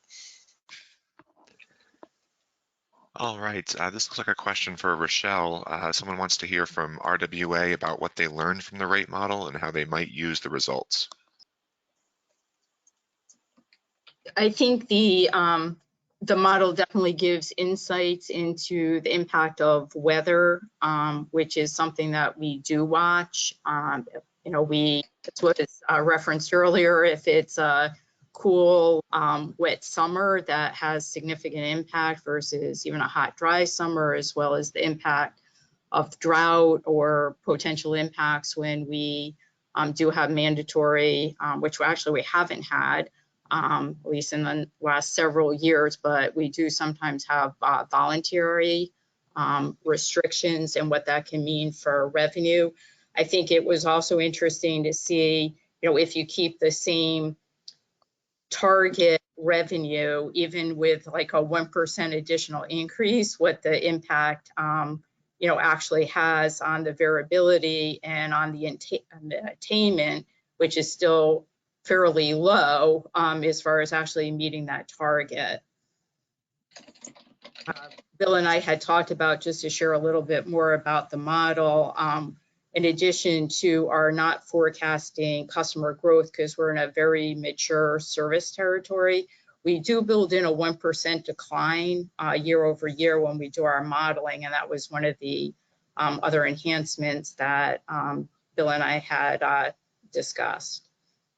So it's very informative. I think just seeing even getting the bill tabulation to actually, see what that looks like is very helpful. We do bill frequencies, but the bill tabulation is even at a lower level of detail. So I think that was also informative.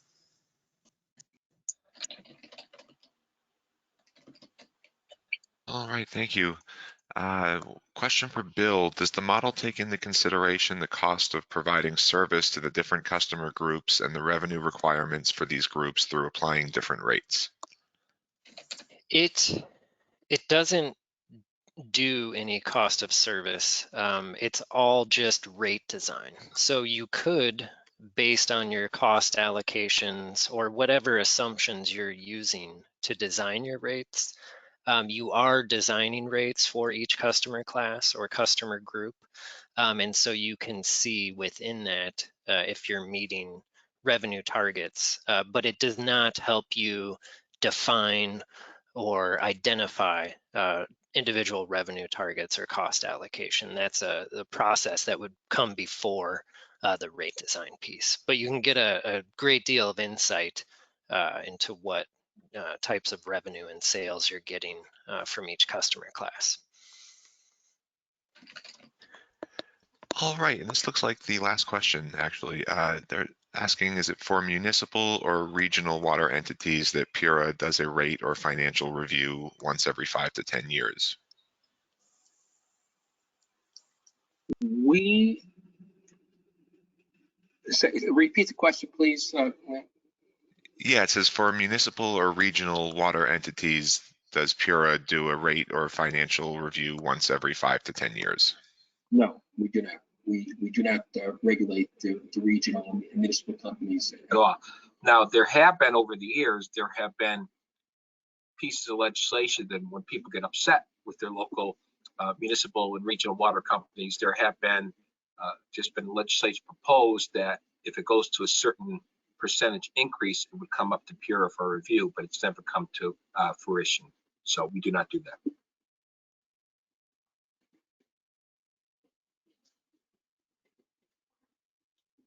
And that's all the questions we have. Great, thank you. Wonderful questions. Jack, I think we'll turn it over to you for final closeout comments. Okay, thank you. Thank you all very much. And again, on behalf of the Water Planning Council, Graham Stevens, Martin Heft, and Lori Matthew, who sends her apologies. She was hoping to be here today, but she's at the state capitol before the Public Health Committee testifying today, so she could not be with us. I want to thank all the participants today. We actually went up to 113. I'm just thrilled with the number of people we had on this. We were really nervous about doing something virtual, but I think that the subject matter really generated a lot of interest, and we certainly thank all the participants. Really thank all the panelists that did a phenomenal job, and the speakers the last 2 days that really have given us a lot to think about. And I don't want people to think that we're just going to put this up on the shelves. This will be, we will continue to engage in this topic with the Water Planning Council, with our respective state agencies that are part of the Water Council, and we're going to be moving forward because we really have some great tools here and to move forward and some things to consider. So what was great about today's and yesterday is the fact that you had a state official, you had a local official, you had a consumer advocate, you had people from the company and a consumer, and it really was a great opportunity for us. So I hope you enjoyed as much as I did.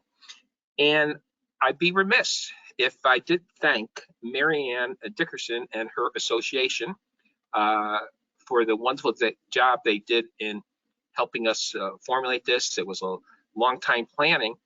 And this is also Marianne's last week of working for the Alliance for Water Efficiency, and we wanted to congratulate her.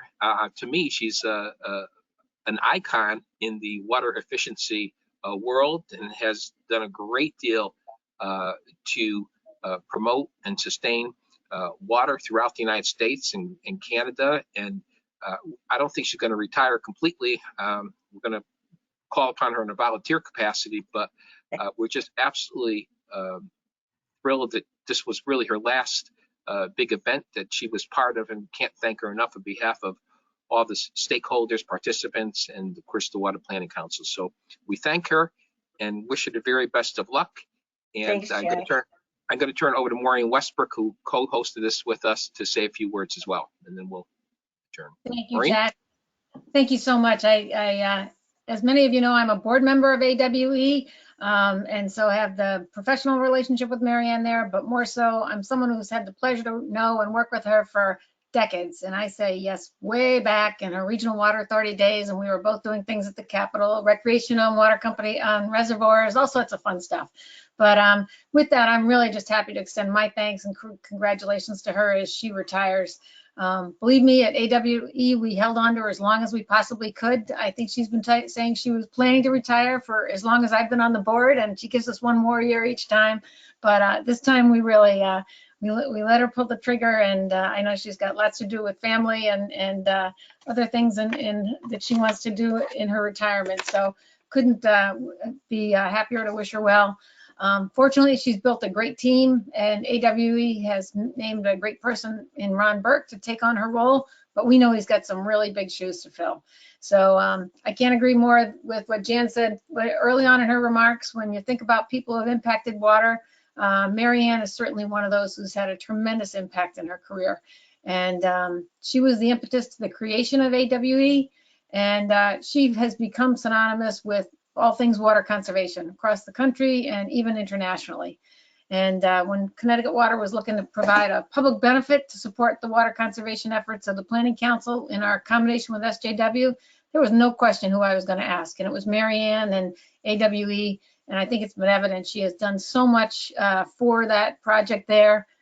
Be honest, well beyond what the grant component probably was, because she's just so passionate and enthusiastic about it and literally works night and day to do whatever it is to advance the cause of water conservation and serve the people she's working with. So it's been my honor to work with her, and we're so glad we were able to bring her to the project here in Connecticut. And this was a wonderful capstone event for it, I think, to really pull it all together, the work she's done here. And as Jack says, we will take it from here and continue to do more. And my guess is your phone will be ringing, Mary Ann. You really can't get it. Thank you very much, both of you. You're making me cry. Oh.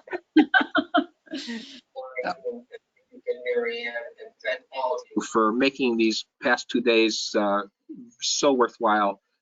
We wish you the very best and look forward to seeing you all in person soon. So be safe, Okay. everyone. Thank you. Thank you. Thanks, everybody. Thank you. Thank you.